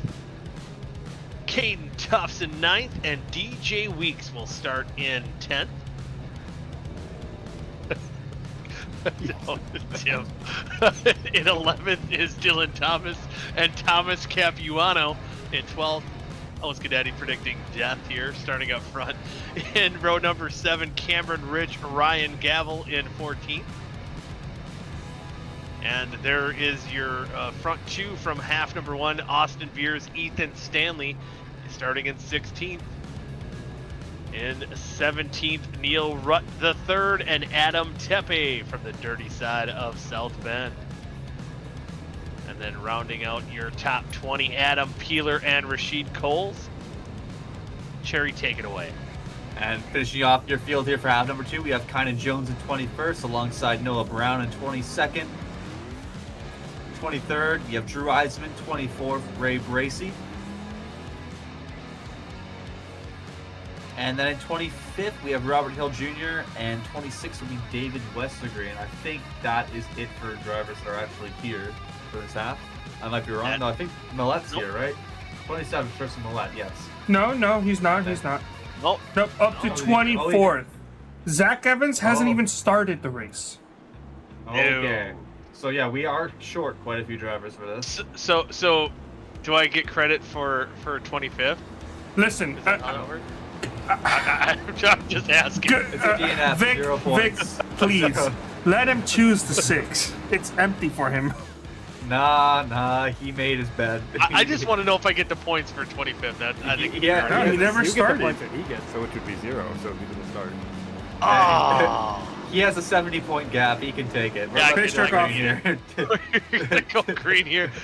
OSCA Daddy leads him to the green flag. Getting to the Geico restart. We are here in the nighttime is the right time, and he's got a shirt on. This is all I'm business. mad, actually. Yeah, this is business casual here for OSCA Daddy. But James Watson on the outside, as we've seen on the initial start of half number 1, gets a good jump and takes the lead. Business casual, implying formal is shirt off. That maybe I am. A lot cleaner on the initial start for this half, that's for sure. Very much cleaner. We are going to complete lap number 1 here of half number 2. And 3 wide. how about 3 wide? Gilberto Javier Gomera in a battle with James Miller for that second spot. 3 wide again. Here's Vincent Isabella, tries to work his way up through the field. He's already up in the 6th position. starting back, or I guess it's only one spot. For some reason I thought he started further back than that. My bad. But how about James Miller? He started back in the 8th position. He's worked his way up to the lead. How about that for James Miller? And then Eisentech Enterprise. We're on lap 3. That was 2 laps. Yeah. Yeah, I guess it's go time. I guess he's channeling his inner Austin Beers. Yeah, he saw what Beers it worked for him. How about Gilberto? And he just lost the spot to Miller. He's going to try to take that lead. He sniffs that top spot to see if he can get it. And side by side at the line, Miller's still holding on to that advantage. Really working that outside. It's really been paying off for him so far. How about Ty McIntosh working his way to the outside of his teammate, Gilberto? That McIntosh probably Caution's not. out. Ooh. Oh. Ooh, David Westergreen's not so happy. Oh, Bracy. Tough luck for him. I think Rashid Coles was involved in it as well. Yep, he was. Yep, from the way it sounded, yeah. Let's see what? Oh. Oh yeah. Tepe. Oh. Cole's the inside of the wall. But man, what a tough night for Ray Bracy. At least it was over quick this half for him. Yeah. So was there damage to his wheel there? What was going on? I'm not sure. It looked like his left front was messed up. Maybe that's just the way the paint scheme looks. I don't know. Just getting the side of the 52 goes around and nowhere for Peeler or Bracy to go. Surprisingly, after this hit, he has already cleared the meatball flag. Really? Wow. Yeah. I'm assuming optional is like 10 minutes, but yeah, kind of in the he might be in that kind of jump. This is why Westergreen might be mad. Yeah. Yeah. Rashid Coles doesn't check up for a wreck and piles in the back of the 9 of David Westergreen, whose night ended early in half number 1 as well. So, Goody. Definitely a tough night for both those guys. Yes. Goody, there's hope for you after all. Guess what? I have a feeling Zach Evans may have heard your cries for no points. He's on the racetrack right now. Oh. Guaranteeing you at least 25th place in points. Oh, Zach, I love you, buddy. Fine. If he stays out here long enough, he could pass Ray Bracy and get you He to could. 24. Drivers, commentators, we have a driver in the Youngfield Care Center. It's a repeat. It's a deja vu moment of half number 1. Is he there yet? He's gone. He left. What? He left. He was here. Carlos is seeing things, guys. No, he was there. I swear he was there. He was there. I'll give you that. He was there. I believe he went back on the racetrack. Ah. Oh, okay. So, I believe down pit road yet are Peeler and Coles still trying to get their damage fixed. But how about that drive though for James Miller? As Carlos said, 3 laps, working his way from 8th to the lead. 2 laps. Flex.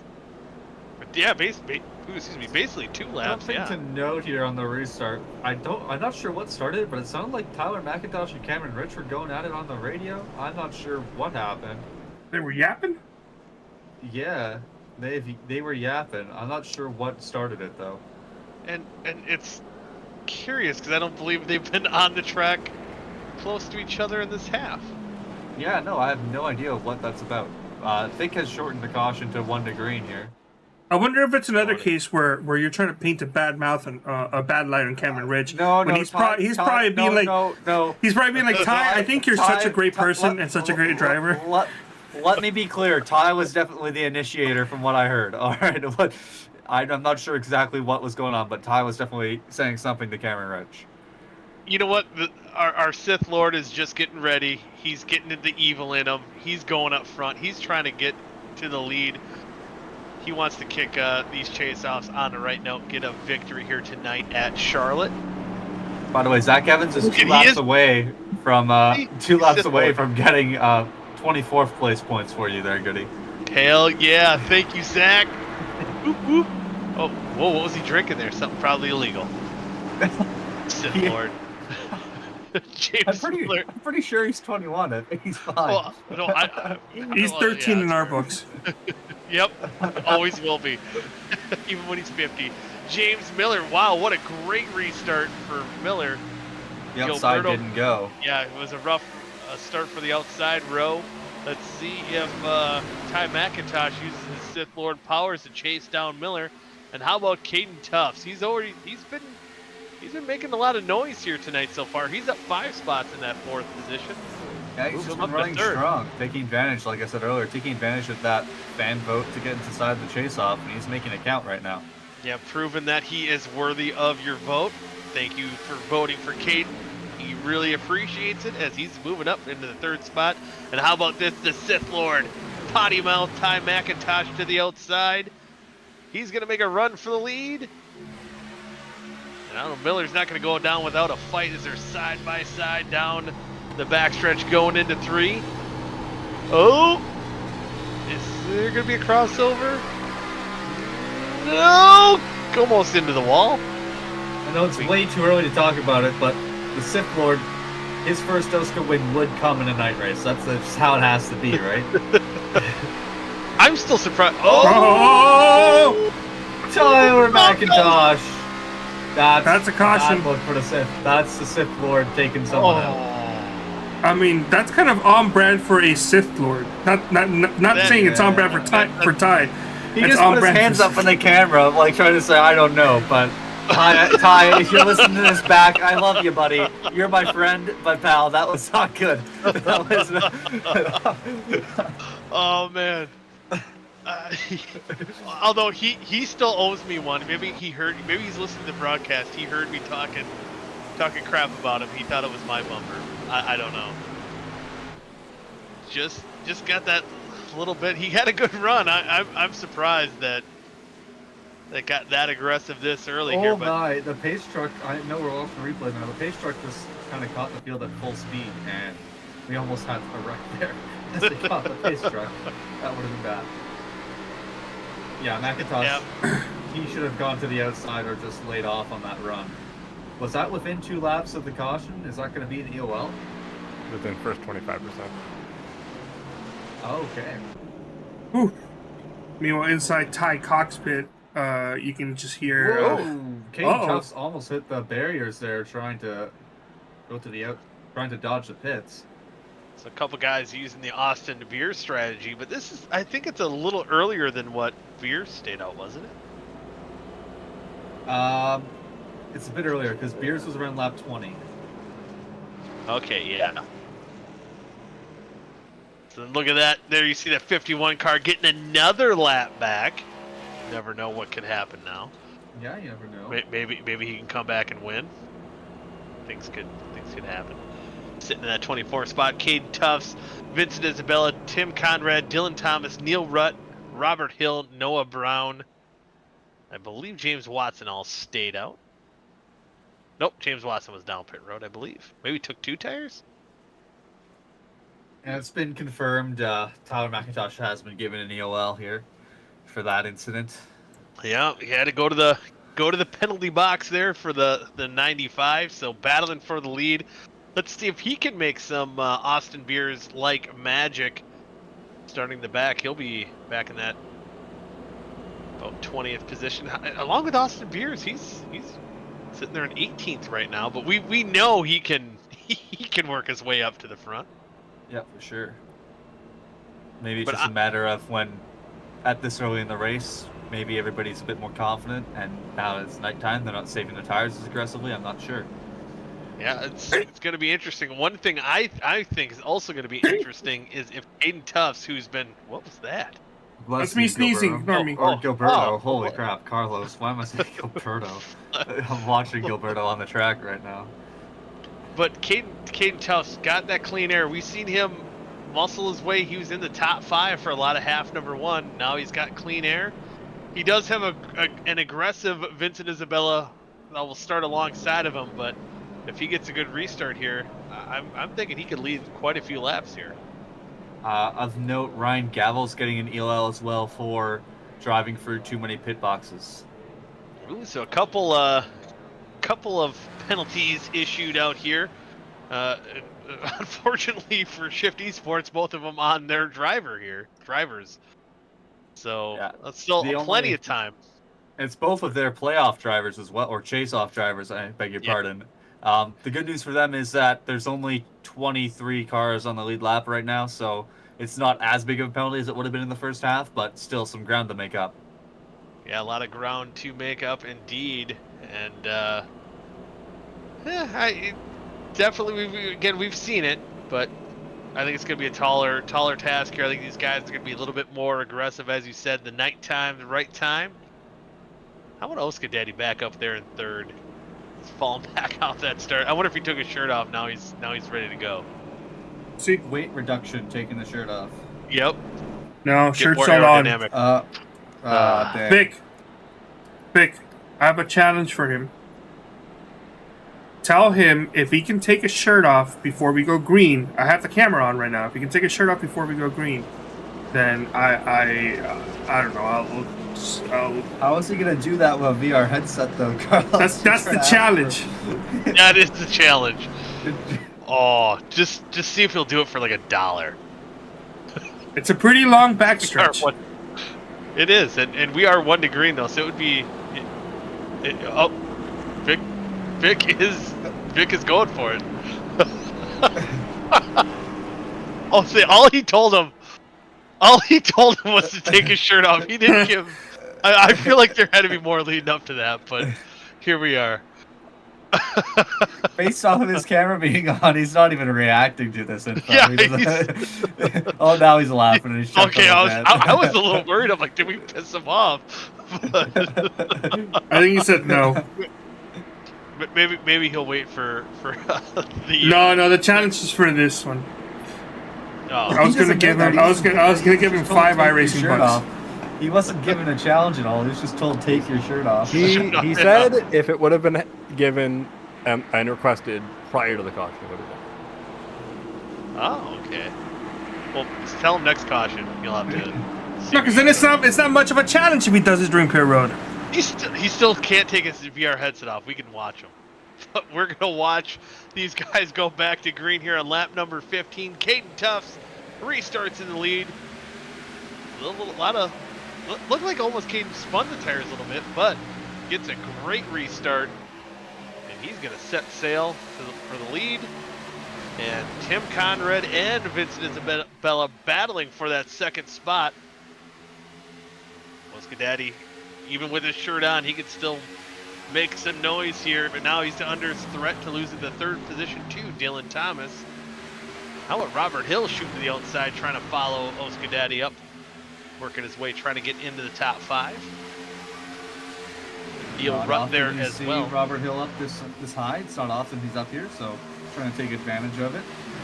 You know, we showed his embarrassing little hitting the end of pit wall, so I'm assuming he's out to show us what good he can do too.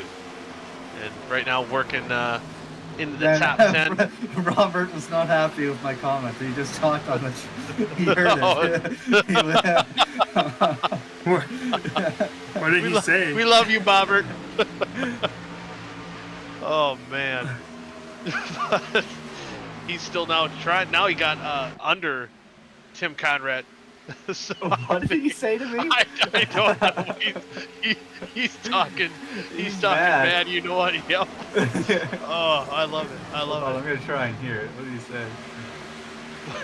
With that all being said, Caden Tufts pulling away to about a 0.4 of a second lead over Vincent Isabella. I've heard the message that Robert sent me. It's like one of the worst things a Canadian could say to another Canadian. He said he's going to eat all of my Timbits. Oh, what? Oh, I was gonna say that he accused you of buying store-bought maple syrup. Yeah. Well, that's pretty bad too. But Timbits you don't steal another man's Timbits. That's tough. Timbit? Timbits. You know donut Tim. holes? You know donut holes? Oh yeah. Yeah, Is that from Tim Horton? Yeah. Oh, They, Oh. yeah. They're much better donut holes. They are superior, and I will not about hear other Stobies? opinions. I can't say I've had donut holes or Timbits from Sobeys. you know what? I lived in Fort Wayne, Indiana, and they had a Tim Hortons, but I think I only been there once and didn't have Timbits. Well, maybe the U.S. version is not as cultured as Canada's. It probably wouldn't be. It wouldn't be a Isn't- surprise, but Here in the three state. Oh wide. no, Miller! What? James Miller, Gilberto, and the That's a wall caution. cautions out. Oh no! That's a Miller. penalty. Oh boy. Yikes. I was Oh, gonna say, my drivers aren't that racing, bad. but this might as well be a good time. Yeah, yeah. Unbreak my heart. One of James Miller too. Things were looking so good for him to kick off half number 2 here. Took the lead, got turned, and well, got turned again. And Oh, pow! We actually, might need yeah, a no. medevac for Adam Beeler. We might need a medevac. Oh yeah. 17, I take it back. That's not a penalty. Your car was never in control. Oh boy. Just Miller's 3 wide really things. driving backwards on the apron right now while the leaders are pacing around him. You know, that car probably handles better going in reverse right now than it does going forward. That was a pretty good lick. Right, kapow. What? What? Hold on. Did I hear something about Tim ripping a shirt? I think so. Oh my God! What the hell? Your driver's going down Perry Road with Miller right there. Miller backwards though. Things getting weirder and weirder here. There must be a full. Oh my God! He's fully ripped off the shirt.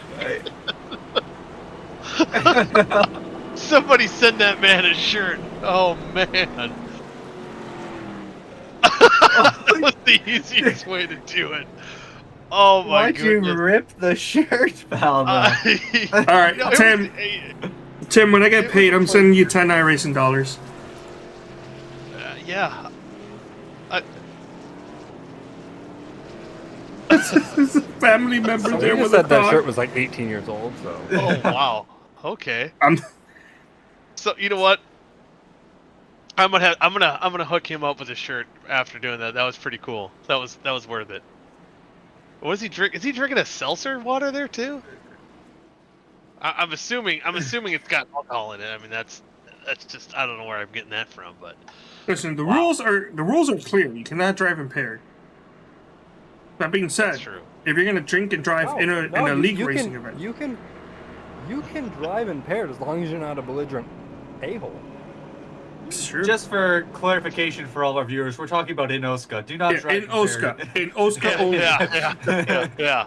No, In you're the gonna terms drive of drunk on the street, OSCA that's on you. only, in the terms of OSCA And- only, if you're gonna drink and drive, you might as well drink and drive, because then you actually won't get the effects until after the race is over.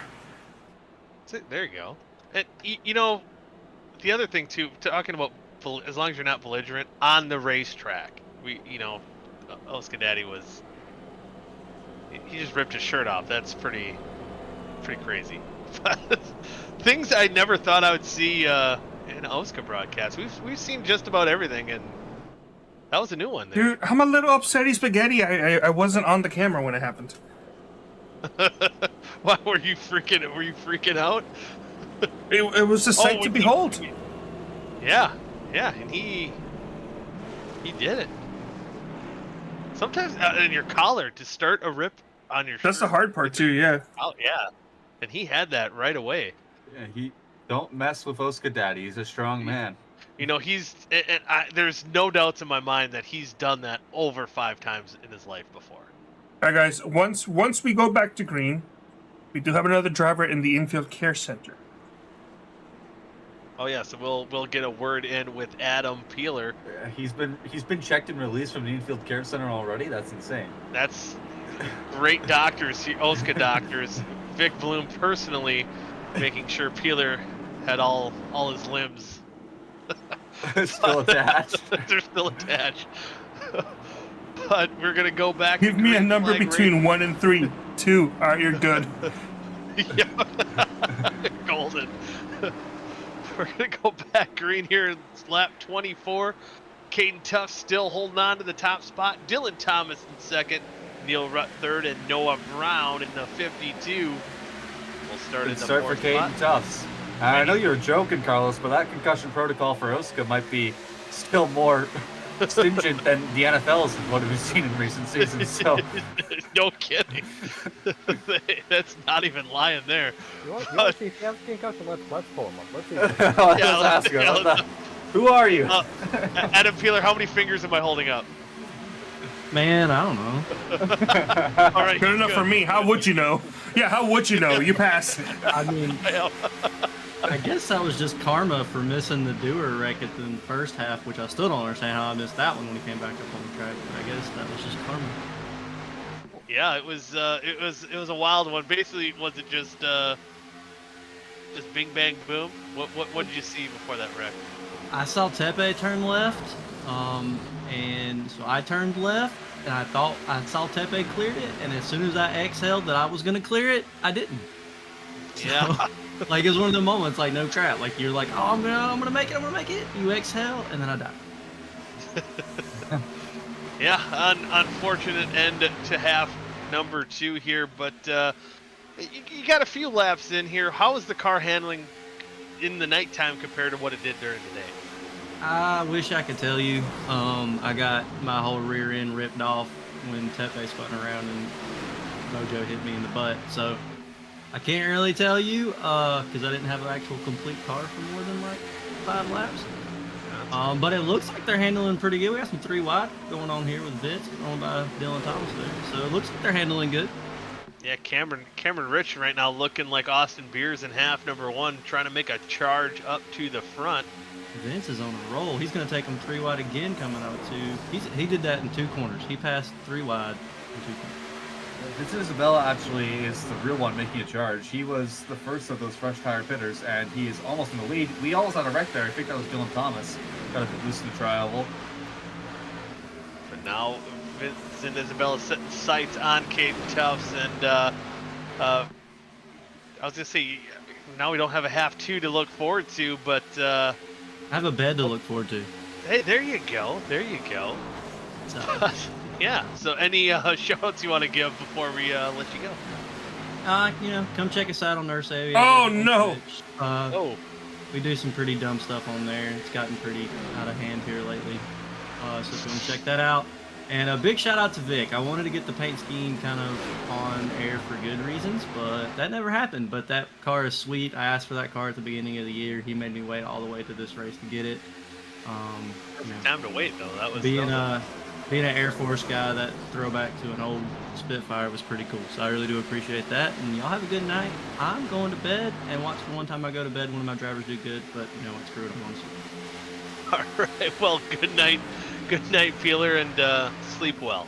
Y'all be good, man. Y'all are great. Love you. Bye. Good night. Love you. Bye. There's a lot of love going around here tonight.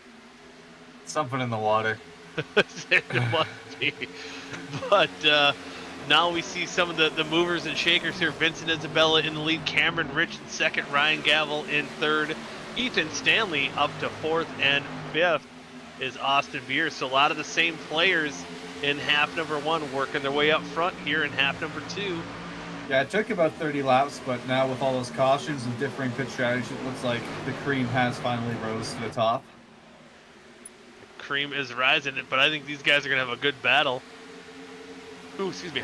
Thomas Capuano also working his way up into the top 10. Hey, David Westergreen right behind him. Things were not looking good for him to kick off the night, even to kick off half number 2 here. But right now looking stout, trying to work his way around Thomas Capuano. Looks like he did get that position to move David Westergreen up into the 6th spot. And here comes Stanley now on the inside of Cameron Rich, battling for that 2nd spot. So man, I don't know what Stanley has figured out here in that 71 car, but he's got that thing dialed in. Yeah, it looks like he is on track to potentially repeat as a winner. The drivers picked up to be happy about that. Difference right now is that Vince Isabella, I believe, has fresher tires than him, so it's going to be a bit harder for him to chase him down.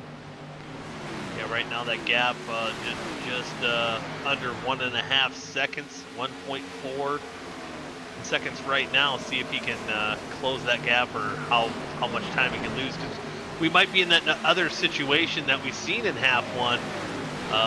Although I don't know, can they one stop it yet here when they came down pit road? It's going to be close. Yes. So yeah. So it's around lap 50 that they can definitely make it to the end. So we're about 15 laps away from that. Yes, it's going to be interesting to see who, or when these guys will come down pit road, especially some of the guys that it's been a little bit since they've been down pit road. So Vincent Isabella still holding on to that top spot. How about David Westergreen? Yeah, Westergreen working his way up front. Now into fourth, man, oh man. Flying, he looks like he's going to make some quick work, trying to get around Cameron Rich too, right on that back bumper. Ty, this is how you do it. Wow. Sorry, I had to do it. Westergreen racing clean and moves up into the third spot, past Cameron Rich.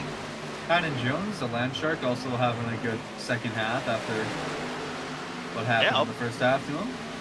See, I swear this dates back from whatever, probably the first time I've ever talked to Caden Jones. That when he doesn't have confidence, it's almost a sign for everyone else to look out, because it's usually when it must be some internal struggle he has with himself, because he lights a fire under his own rear end. And I think the kid just needs to relax a little, and when he relaxes, he does so much better. And when he has no confidence, he feels like there's nothing to race for, and that's when he does better. Yeah, it very, very well could be, because I swear it's almost scientifically proven for him that I think that helps him out tenfold. Currently holding on to that 6th spot. Did we get a heart rate check on Caden right now, Carlos? Yeah, I got you, fam. This could be like a 3-wide TV multicam here. Yes, it is. See, that's not too bad. Usually he's up in like the 150s. You know, that's good for him. He's been doing some deep breathing exercises. Yes, he's been doing a lot of work, doing some good in the world. I just noticed though that my boy Zach Evans, he did pull her off. He did at least get me a couple laps. I just got to give a shout out to him for at least getting me some points here tonight. Up to 24th place for Goody. How exciting! Whew. Hey, it's about the try. That's all I wanted. Thanks, Zach. Sometimes the real points are the friends we made along the way. That's right. But might be a battle between, I don't know if they're friends or not, but Stanley and Isabella, as, man, Stanley is on the move. He's only a couple tenths back from Vincent Isabella. So even on those older tires, Stanley's got this car hooked up right now. Yeah, he just has his track figured out, and we're now only like maybe 7 laps away from being able to make it to the end, so this could be a battle for the net lead of the race. And let's see, he stunk up the end of half number 1. Let's see if he takes the lead now on lap number 40. See if he can pull away like he did in half number 1. See Westergreen in third trying to run these guys down. I'm hearing some drivers saving now just over the drivers chat. So some of these guys definitely, I don't know if that's to get to that one stop point. I'm assuming that's what do you see was lap. It must be to try, because 35 laps you can make it, so lap 50 would be 33, 34. Also. So you're looking about 10 laps away from being able to make it. So that's what those drivers are saving for right now. But we do have a pitter. It's Dylan Thomas. Dylan Thomas trying probably the 2 stop strategy. And I guess I haven't been paying enough attention to the lap times, if that's potentially a move that could pay off. Be interesting because he will have to pit one more time. Yeah, but at least he can run Q laps for basically both these runs that he's going to go for. There you see Noah Brown in the 52 this week. Caden Tufts doing the two-stopper. Tim Conrad, Robert Hill down pit road as well. So, you know, Ethan Stanley might be in a position here to stink up. Oh, what happened? Caden overshot his stall. Oh, I missed that. I was looking at the top screen. Dang it.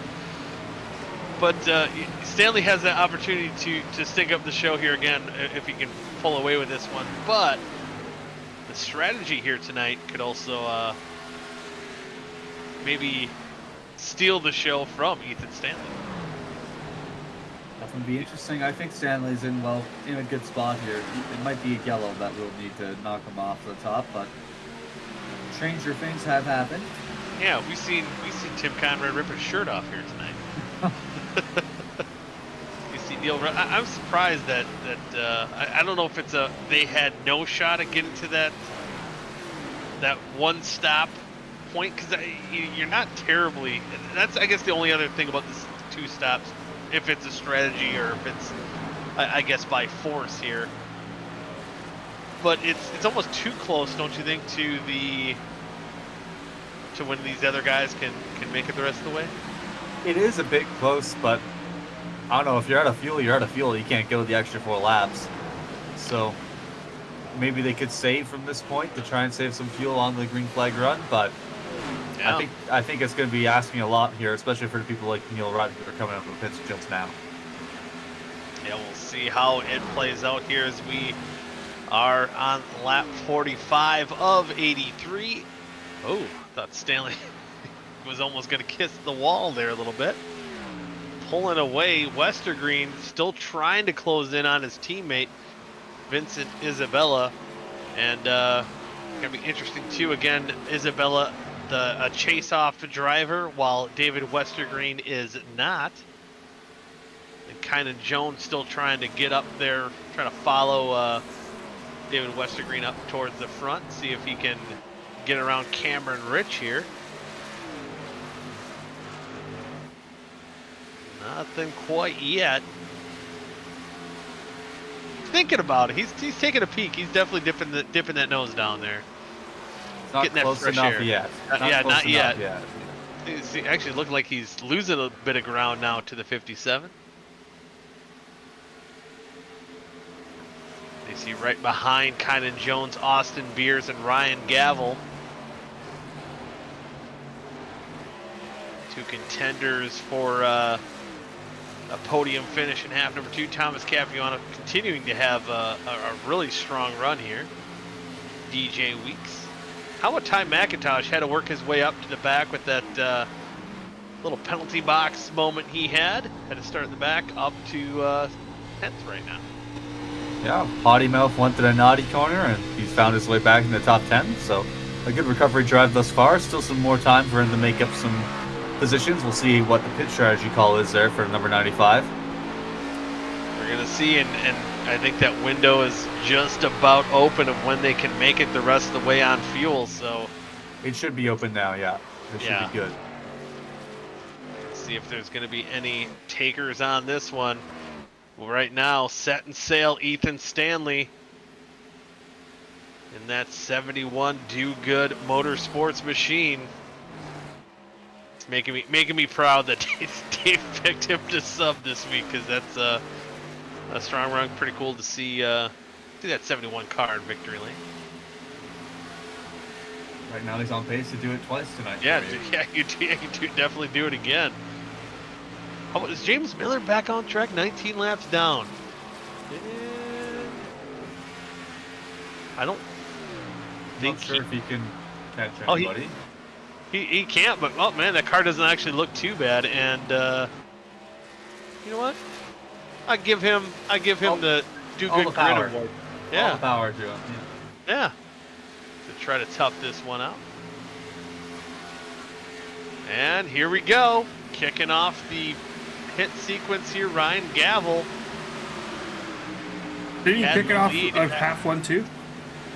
Yeah, I think he was him and It Cameron was, Rich definitely kicked it off. It was Cameron Rich first, and then it was Gavel. That's right. So it didn't work out from the first half. Let's see if it's better in the second half. for him to make up some spots. Getting his service done. Wondering if, yep, Cameron Rich. Now he'll be the second car in the pits. The guys who tried this strategy in half number 1. But, you know, I guess we don't know when everyone else is going to pit. But, you know, they're about 8 laps short of making that work. Now you're kind of on the more of stretching it. Gotta wonder if they're kind of setting themselves up for the same thing again, but we'll have to see how this plays out. And really, I think this is the only like haymaker, the way Stanley's been dominating here tonight, that see if you have a puncher's chance of making some magic happen. Howard McIntosh also, yeah. And 10th coming down pit road, giving up that spot.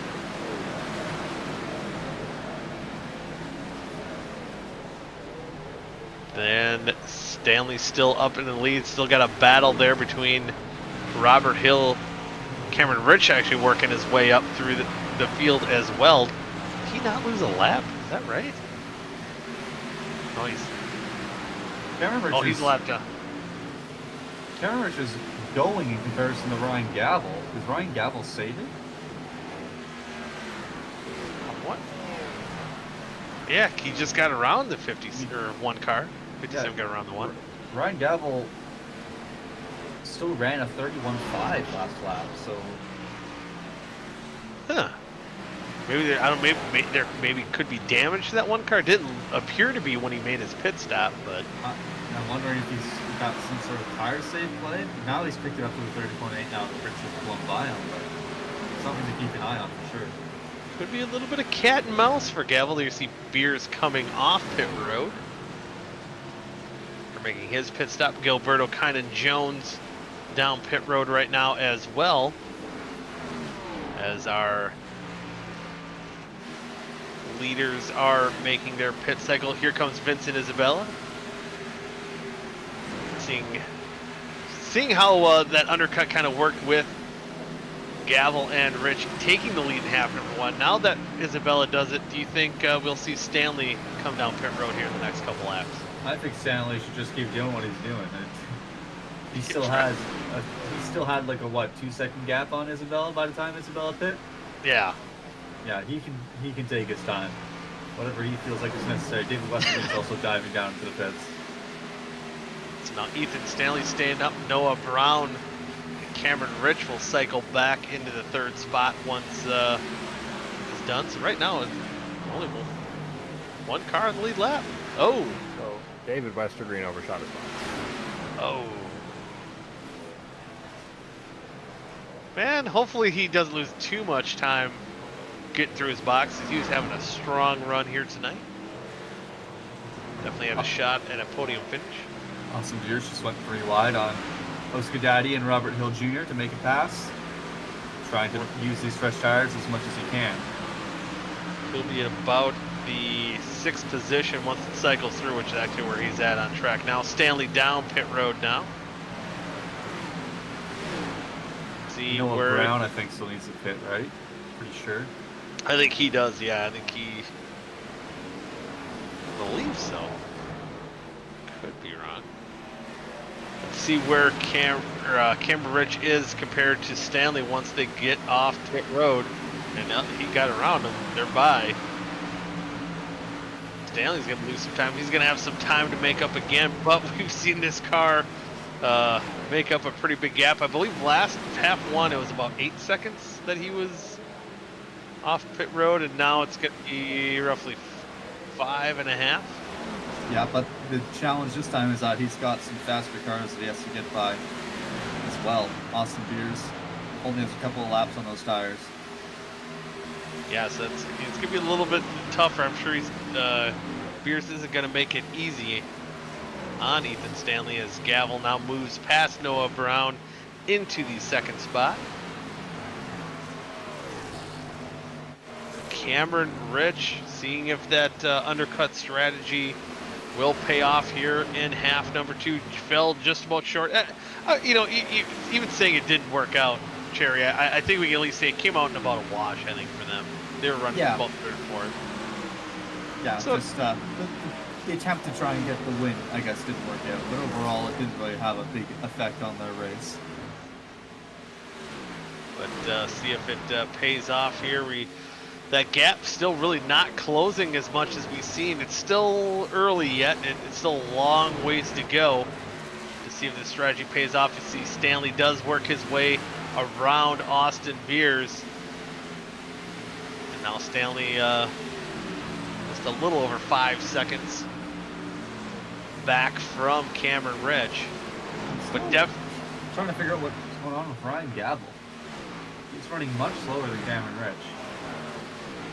I wonder if it's just to save the tires. I think he's still trying to. He's been working on it. He's a man at work with saving tires. Maybe that's what he's going for here, especially knowing that Stanley is behind you. I mean, he's going to be closing in pretty quick if he kind of keeps this pace up. But maybe he'll have a puncher's chance at holding him off.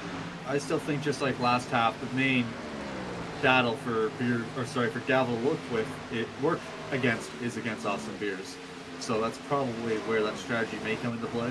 Because he didn't have anything for Beers when Beers caught him with 7 to go last time. Yeah, to put up a little bit of a fight. That very well could be, as we are at 21 to go.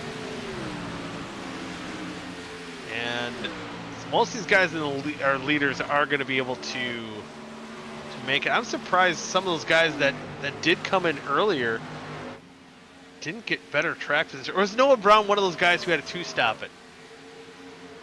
I think that's Maybe. Noah pitted on that 41. Yep, Yeah, He so sure he did. can't make it to the end.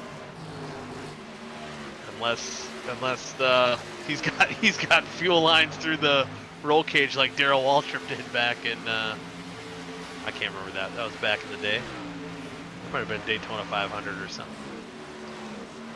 So yeah, some of those cars are now making their second pit stop. Dylan Thomas, Tim Conrad, Caden Tufts down pit road. So I think Noah Brown definitely will be one car that will have to come down. He's sitting in that 6th spot right now. So now, 5 laps. Stanley's 4 seconds back, almost to the back bumper of Ryan Gavel. Just 0.3 off where Gavel's running, so he's looking to get past Gavel for second, see if he can chase down Cameron Rich for a win. And I don't know what kind of pace that Cameron Rich is on. Do you think he's trying to save tires, even maybe not to the Gavel level, but do you think he's trying to save tires to kind of have that same thing where he can maybe put up a fight once that 71 car catches him? Possible, but it's gonna be a big battle to undertake. Yeah, it's a tall task for sure. But 18 laps to go, and might seem like an eternity for Cameron Rich to see if he can hold on to that top spot. But it's closing up pretty quick here, as we've seen that 71 car be dominant all night long. There you see some of that. See how much those tires do make a difference. About 10 laps here for Noah Brown, kind of falling back behind DJ Weeks and David Westergreen, falling out of the top 10. And even just to talk about David Westergreen sliding through his pit box, was running in that 3rd position when he came down pit road, but right now sitting back in 10th. This Isabella is currently working up to catch up to Ryan Gavel now, so he's gotten by Austin Beers. Oh yeah, Isabella pit before Beers too? Not sure. I thought he did, but I could be wrong in that statement. No, he did not. He did not. Did Okay, it 2 so laps later. that Okay, could so be. he has some fresher tires. And that's see the difference there as well. And it seems like I don't think it would matter what Stanley's on. I think you're right. He's just doing Stanley. He's got that thing hooked up. He could probably be on 50 lap old tires right now and still be catching Cameron Rich right now. Well, right now it's going to be between him and Rich, so we're going to go through the first week potentially of the OSCA Chase and not have a chase driver win. Yeah, these guys playing a little bit of a spoiler here tonight, but I think even for you know, some of the guys that have had rough luck, these chase-off drivers, it maybe salvages us something to the slightest. Man, look at that gap. Man, Stanley over a half a second faster, about a half a second faster average on these last 5 laps or so.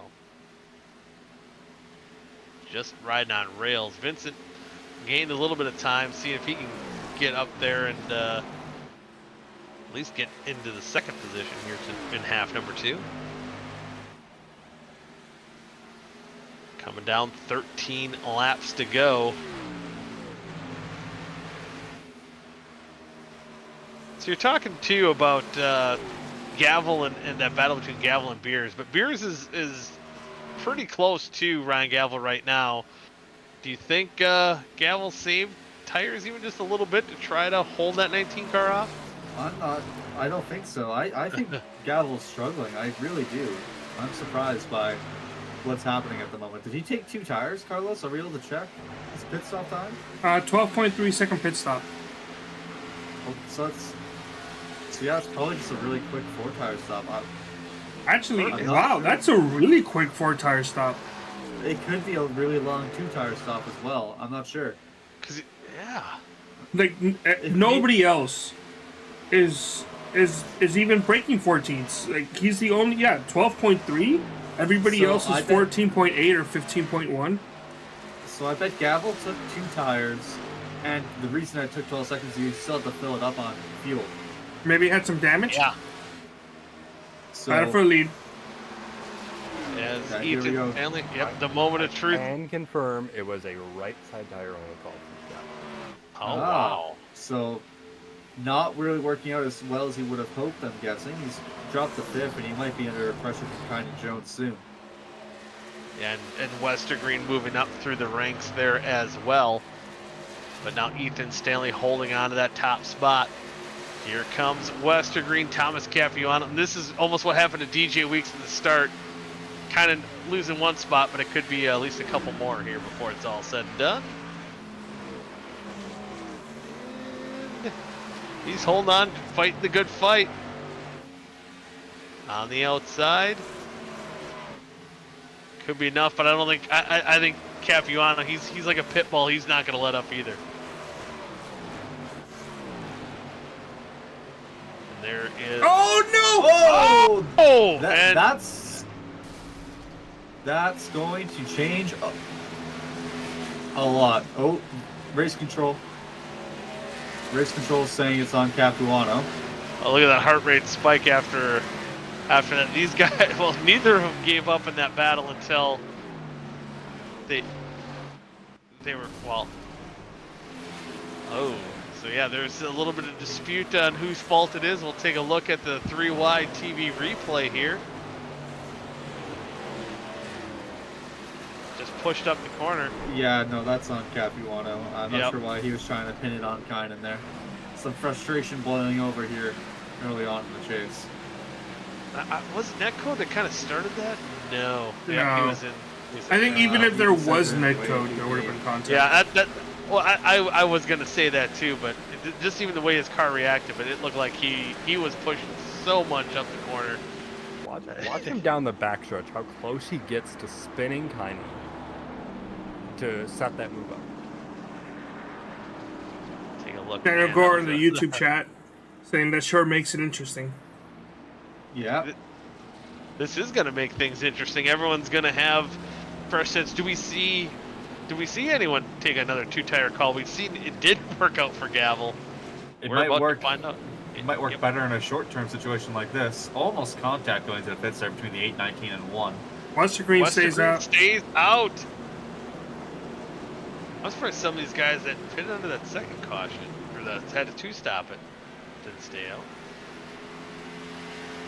Maybe they did. Oh, maybe they did. Let's see who wins the race off pit road. Is that James Watson? No, that's him getting to a stop box.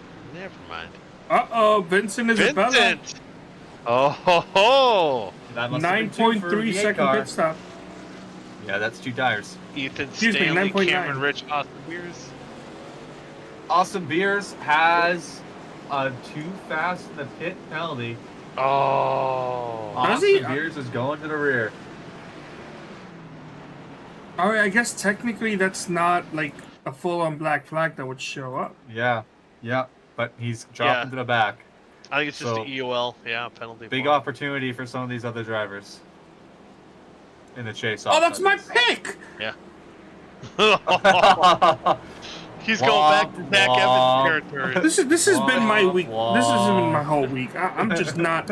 I'm not having a fun time right now.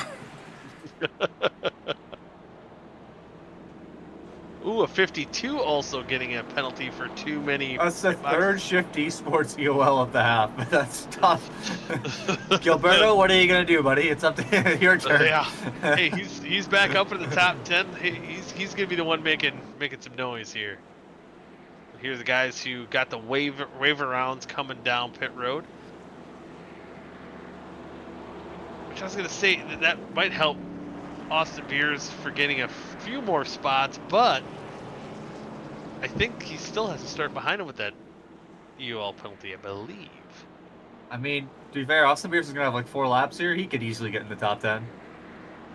Yeah. I mean, you get all those spots in that one restart and half number one. There's no doubt in my mind he'll at least have a decent points now. Things are all said and done. DJ Weeks has also been given an EOL for too many boxes on exit. Wow, a lot of guys doing some no-nos here. So all the track position they have to try to get it all here in about 5 laps once we go back to green flag racing. Remember, 2 attempts at green, white, checkered. Very true, and could pay off for David Westergreen. Nothing to lose, not in the chase-offs this season. So he's only going for the checkers. It's probably a strategy that's just throw it at the wall, see if it sticks. So if all those EOLs, by the way, Austin Beers is 13th. So it's not. Oh wow! So yeah, he's gonna be okay. Oh, never mind. Now he's dropping. Oh yeah, now he's got to go behind those guys that got the waiver round. So 1 lap to green. What strategy pays off here, Cherry, or is Stanley just too dominant? I think Lester Green would have to be a sacrificial lamb for the rest of the drivers here and hold Ethan Stanley up on the inside. Yeah. I don't know if there's anybody else who's going to stop. I mean, your top 2, you have stayed out 2 tires for sure, and then it's Ethan Stanley. Like, something's going to have to happen to the 71. Not that I'm hoping that happens, but other than that, I still think that Ethan Stanley comes away with this. Yeah, we're about to find out. And I think especially if you're Westergreen or maybe even Isabella too, that you see a couple quick cautions here that and then kind of extinguish those 2 green white checkers, that they can end up with a solid finish here, if not a win. We will find out in about a half a lap to go back to green flag racing. 4 laps will be to decide the winner here of half number 2 of the Caden Tufts Designs 250.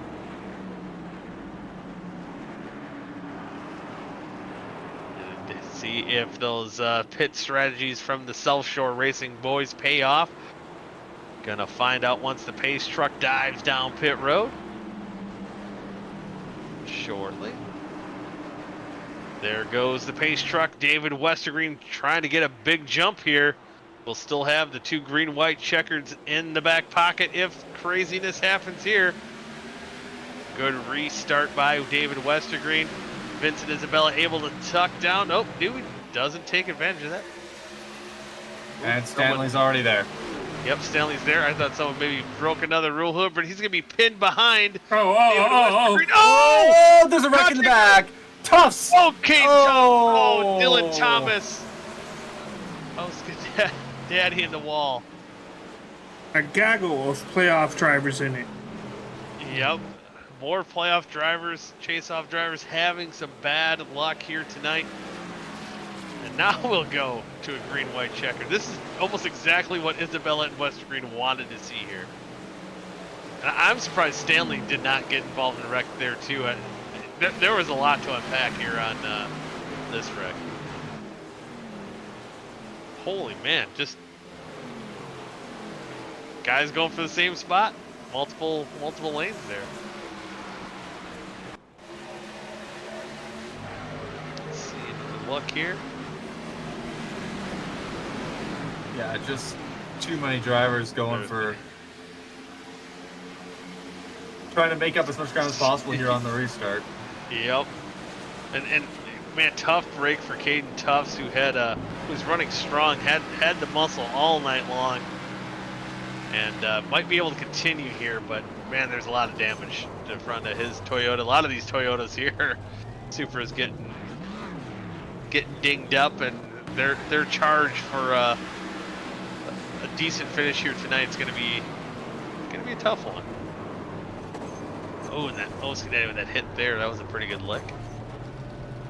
So the way that wreck looked too, to only really have 3 cars like heavily involved in that wreck is pretty amazing too. I said 4 cars. I guess Robert Hill was involved in that as well. And how did Kynan Jones not spin out? I think we didn't talk about that either. That was felt like Dylan Thomas was right on his back bumper. Perhaps some good karma after that wreck that he was in with Capuano. Yeah, yeah, that's very true there as well. And even in spite of all that, yeah, sitting in 12th right now could definitely get back into the top 10 once we decide half number 2 here. So now, where does Vincent go? Is he gonna? I was gonna say he's probably gonna choose the inside lane here, so he's gonna have Westergreen block Ethan Stanley once again. Well, he's gonna have to block Cameron Rich himself. Yeah, let's kind of pick your poison here. But I think you know the way these cars performed tonight, I think I'll take Cameron Rich over the way Ethan Stanley's been running tonight. Stanley's been the dominant car, sitting in 4th, almost gotten that wiggle right before the caution came out. Thought he was going to lose it. Made a nice save. Now we're in the territory of I'll say, I think Gavel asking for a shortened caution, but a lot of cars trying to get repaired. Oh, look at this! Vic has shortened it. Shortened it, and Isabella choosing the outside. I'm a little surprised by this, but maybe not. What are your thoughts, Cherry? What line would, if you were the 8 car, what line would you have chose there? I would have taken the inside because Westergreen is going to be on old tires. You could push him all the way up to the outside on the restart and give Stanley nowhere to go. But maybe Isabella feels like he has more grip on the outside for the restart. We'll see how it works out.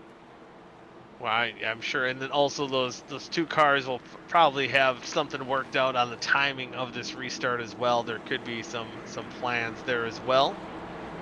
We're about to find out attempt number 1 at the green-white checkered. We only have 1 more after this. The pace truck's about to dive down pit road. See if we can settle this once and for all here in the Caden Tufts Designs 250 half number 2. Green flag is back out. Isabella on the loud pedal, but he creates a gap there for Stanley to possibly clear Westergreen even into turn 1. Gavel sending it 3 wide underneath of Cameron Rich. Oh boy. And we have another cautions yellow. out. That's it. Oh. Well, we got 1. Isabella won the race. Yeah, that's it. What? 2 attempts at a green white checkered. Yep. I thought we were No. This is the second attempt now that we'll have. No, we're good.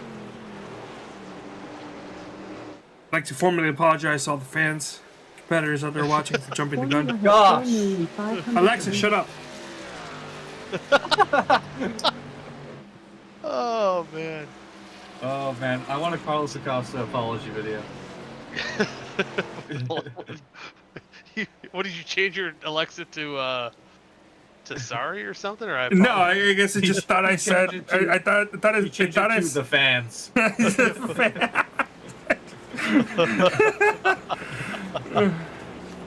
Oh man. So Vincent Isabella now has got to go mano a mano here on the final attempt at a green-white checkered. Although, you know, in this scenario, we've seen the good jump that Isabella got. So maybe it could happen. We've seen crazier things again, right? Where 2 tires you could hold off Stanley. I'm All thinking he needs to do is hold off to potentially another caution. Yeah, either do another caution, but even if it does go green the rest. Oh yeah, of the I never way- said the replay. Oh yeah. Uh-oh. Was this a coincidence or was this retaliation? Was it? Yeah, that was weird. No. That may have been coincidence. Yep, I think actually Noah Brown and Conrad get together, and then Dylan was just up top, nowhere to go.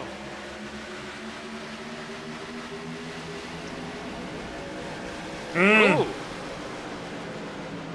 He was going for that hole, Noah, and it was there, and then right as he made that move, it wasn't. Listen, if car gap, famous words by Michelle Shoemaker.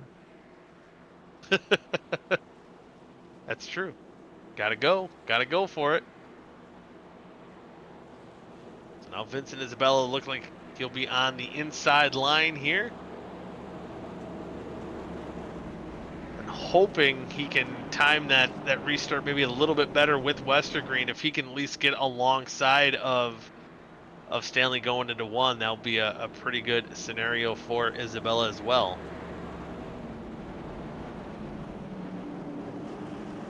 Coming, I believe this will be 1 to green once they cross the line. This again is our last attempt at a green-white checkered. So once we go back green, the next flag will end the race. And does Vincent Isabella have anything for Ethan Stanley? 2 tires for the day car, so it's going to be a tall ask, but nothing to it but to do it at this point. He just needs to get a good start, and maybe he can drag Westergreen with him. I think that's what they're hoping for, but even for Westergreen on those older tires, not to get wheel spin, but as I think we've seen earlier too, some of the older tires get almost the better restarts here.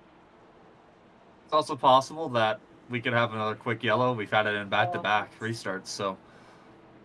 Yeah, everyone's chomping at the bit to gain whatever spots they can. About a half a lap going back to green. How about Adam Tepe working his way into the top 10, sitting there in the 9th position? Shout out to him. Matt Hackathorn in the 7th spot. Some newer faces to the top 10 here late in the going. But let's see how things shake up, as we're about a half a corner away going back to green flag racing. Pace trucks about to dive off here in just a few moments. Vincent slowly gets them to the Geico restart zone. Green flag is out. He gets a good jump, and he's going to bring Westergreen with him. Yep, he brought him with him. Oh, that outside line did not go. This is the best case scenario for Isabella. How long can Westergreen hold him? Gavel, he's going to throw everything at that 71 car as well. Oh, Westergreen diving. He's hardly got grip left in it, but he hung on side by side with Stanley for that 2nd spot. Going in through 3 and 4. Oh, Westergreen's dead. Yeah, it's over for Westergreen. He put up a damn good fight, about as best as he could, but now we're on the white flag lap. Can Stanley get to the back bumper of the 71? We got a gaggle of cars behind him as well, going 3 wide. Hackathorn moving into that 4th spot. Does Isabella have enough to hold off Ethan Stanley? This is going to be one last chance for Stanley. Who's going to win it? Going to the outside. I don't think he's going to have the run. Coming out of turn 4, Vincent Isabella takes 2 tires and takes half number 2 of the Caden Tufts Designs 250. here at Charlotte. Well, that strategy call worked out. In the short term, it worked a lot better than it did in the long term for Ryan Gavel. And it ended up paying off big, so we got our first chase-off contender getting a victory here in the chase-offs, and that's Vincent Isabella here in half number 2. Wow, I am surprised it worked out, and kind of going through the rest of the top 10 here as well. Ethan Stanley second, Ryan Gavel third, Matt Hackathorn fourth, James Watson fifth, Ty McIntosh sixth, Austin Beer seventh, David Westergreen holds on to eighth, Cameron Rich ninth, and DJ Weeks rounds out the top 10. So Beer's able to get back from that penalty, get back into the top 10. So good night for Austin Beers. There you see the top 18 running order or finishing order. So, Nathaniel, are you ready to interview our winners here tonight of the Caden Tufts Designs grab 250? half one and then half two, please. Yeah, we did it. Grab We two, did it. rather have two, Yep. half two and then one, please. I'll have two, to do then that half one. All right. Vince needs to go, so. Okay. Let's bring up Vincent Isabella. I'll take all right. this one if you'd like. Yeah. Yep. All right. Yep. All right, Vincent. Oh, not you Oh. yet. Sorry, but Vincent Isabella. That bold strategy call there on the green-white checkers, it paid off. Can you just talk us through those final restarts? Yeah, I was just kind of hoping to get going green there, but I mean, I knew 2 tires would be loose and kind of just kept my foot to the floor and hope it stuck. Yeah, and it did. You also had a lot stronger of a second half, it seemed, in that first half. Was it just that the car was handling better for you in the night, or was it just a track position thing? No, in the first race, I mean, I was up to 3rd or 4th, and but I had a lot of damage on the right side from that first restart wreck, so the thing was hurting bad. That's fair. Did you feel like there was any way that you could have caught and passed Ethan Stanley at all, or even held him off without those late race cautions? Or was it really just you needed to play that tire call on the green-white checkers? I absolutely had to play the tire call. There was no way. Stanley is so good in these cars, and I mean, props to him. We had a nice little battle there when we went green in the beginning. So, yeah, awesome, just an awesome race. Well, overall, 2 top 10s for you here, so a strong start to your OSCA chase-offs for this season. What do you think your chances are of possibly hunting for a championship as we get deeper into them? I think it's good. I mean, I've had the speed the past few weeks. Got the win at Nashville and now here, so starting to click. Starting to click there. Well, that's good to hear. Goody, do you have anything for Vincent here? Man, not much. You kind of brought up everything there was there. I'm just still proud of you, buddy. There, that was a tall order to hold off that 71 machine. Stanley was on rails all night, and that 2-tire strategy paid off. If anyone was going to do it, it's got to be old ballsy Vincent Isabella. Thanks, buddy. Yeah, you bet. Any shout-outs you want to give here before we send you on your way for the night? Yeah, Traders Brewing. They're the main sponsor on the car this year. All my teammates over in South Shore, David and I were really working together there on those final restarts to get the best points finish we could and not kill each other. Zach A. Scott Nicky Designs, he is the one that made that beautiful Traders car. Bite Size Sports, they're on the car this year, and yeah, shout out to the girlfriend at home. She is waiting on me to get there, so she will stop watching this. you better get going. Yeah, we'll let you go then. Congrats on the win in half number 2, and best of luck on the rest of the way of the chase-offs. Hopefully we're talking to you again soon. Thanks, guys. Have a good night. All right, that was Vincent Isabella. Second half winner. I guess he has something more important than sim racing to go to. I cannot blame him for that. Nope, makes sense. We'll bring up Ethan Stanley here, and we'll hand it over to you, Goody. All right, Ethan Stanley filling in, doing the super sub work here tonight, but man, you were dominant all night long. Picked up that win in half number 1 and just a little bit short in half number 2 here. Stanley, what was your secret out there tonight, man? Not much of a secret, just kind of lifting early and painting that blue line at the bottom. Yeah, and it seemed like even, we've seen you kind of work your way, gain ground on guys that had fresher tires than you. But yeah, I think letting off early, it was, for how tight this car was here tonight, definitely helped you save tires. Yeah, for sure. It was super tight. You really couldn't push because you just burn off the right front. Try to save that as much as possible. Yeah, and save it you did. That was a dominant run here tonight. And we've seen you in a few cars out here this season. Any chance you'll be doing more sub work here in OSCA in the future? Yeah, I'll keep doing more sub work in the future. Just depends on my schedule. Not really available for full time quite yet, but we might see in the future.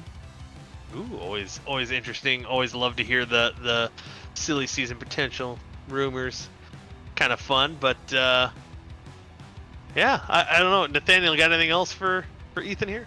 I don't know if there's really much to talk about with his night. Yeah, he was just so dominant, man. Yeah, he had a pretty boring night. I guess the only thing would be talking through those restarts at the end of half two. I mean, I guess he never really had a chance to hunt down Vincent Isabella because of all those other cautions that happened. But did you think that there was a chance there, maybe on that final restart, you could grab him? Well, as soon as I saw Westergreen get that good launch, I knew it was over. But yeah, if I got a better launch at the final restart there, I might be able to get him. It's just too little, too late. All right, that's fair. I guess. I guess that's about it. I mean, even you left us with not much to talk about. You completely dominated. Carlos said that you stunk it up, I think is what he said. It was the knee-high septic stinking up the race award. Hey, you got something. Oh, and the checkered flag obviously as well too. But with that, any shout outs you want to give out? Get a shout out to the Do Good guys, and of course Carpenter for letting me drive his car, and just big shout out to you guys for doing the broadcast. It's always fun to watch back, and just Vic and everybody that makes the league run. Heck yeah, well thank you, Ethan, and go celebrate the victory. Go crazy, man. Thanks, Dewey. You bet. That was Ethan Stanley, winner of half number 1, and just coming short in half number 2, trying to hold off Vincent Isabella. But man, we're here at Charlotte, Nathaniel. I know you're not American, having the Memorial Day and stuff, but man, it's always a cool time of year when cars go back to Charlotte and Indianapolis, and OSCA did a good job kicking this race off of the big race weekend to come. Yeah, it's going to be an exciting race weekend. I always love this Sunday coming up, getting up early, watching Monaco, and then watching the 500, then the 600. We'll be cheering on for Kyle Larson to see if he can maybe win both. You never know; it's never been done before. Yeah, it'd be fun, and hopefully everything he's able to get to both races on time should be fun. But where are we at next week, by the way? Well, I'm not going to be here, but.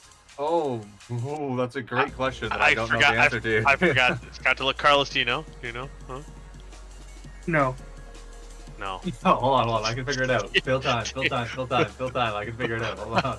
We live 1 week at a time. Oh, so. Vic removed the pinned tweet.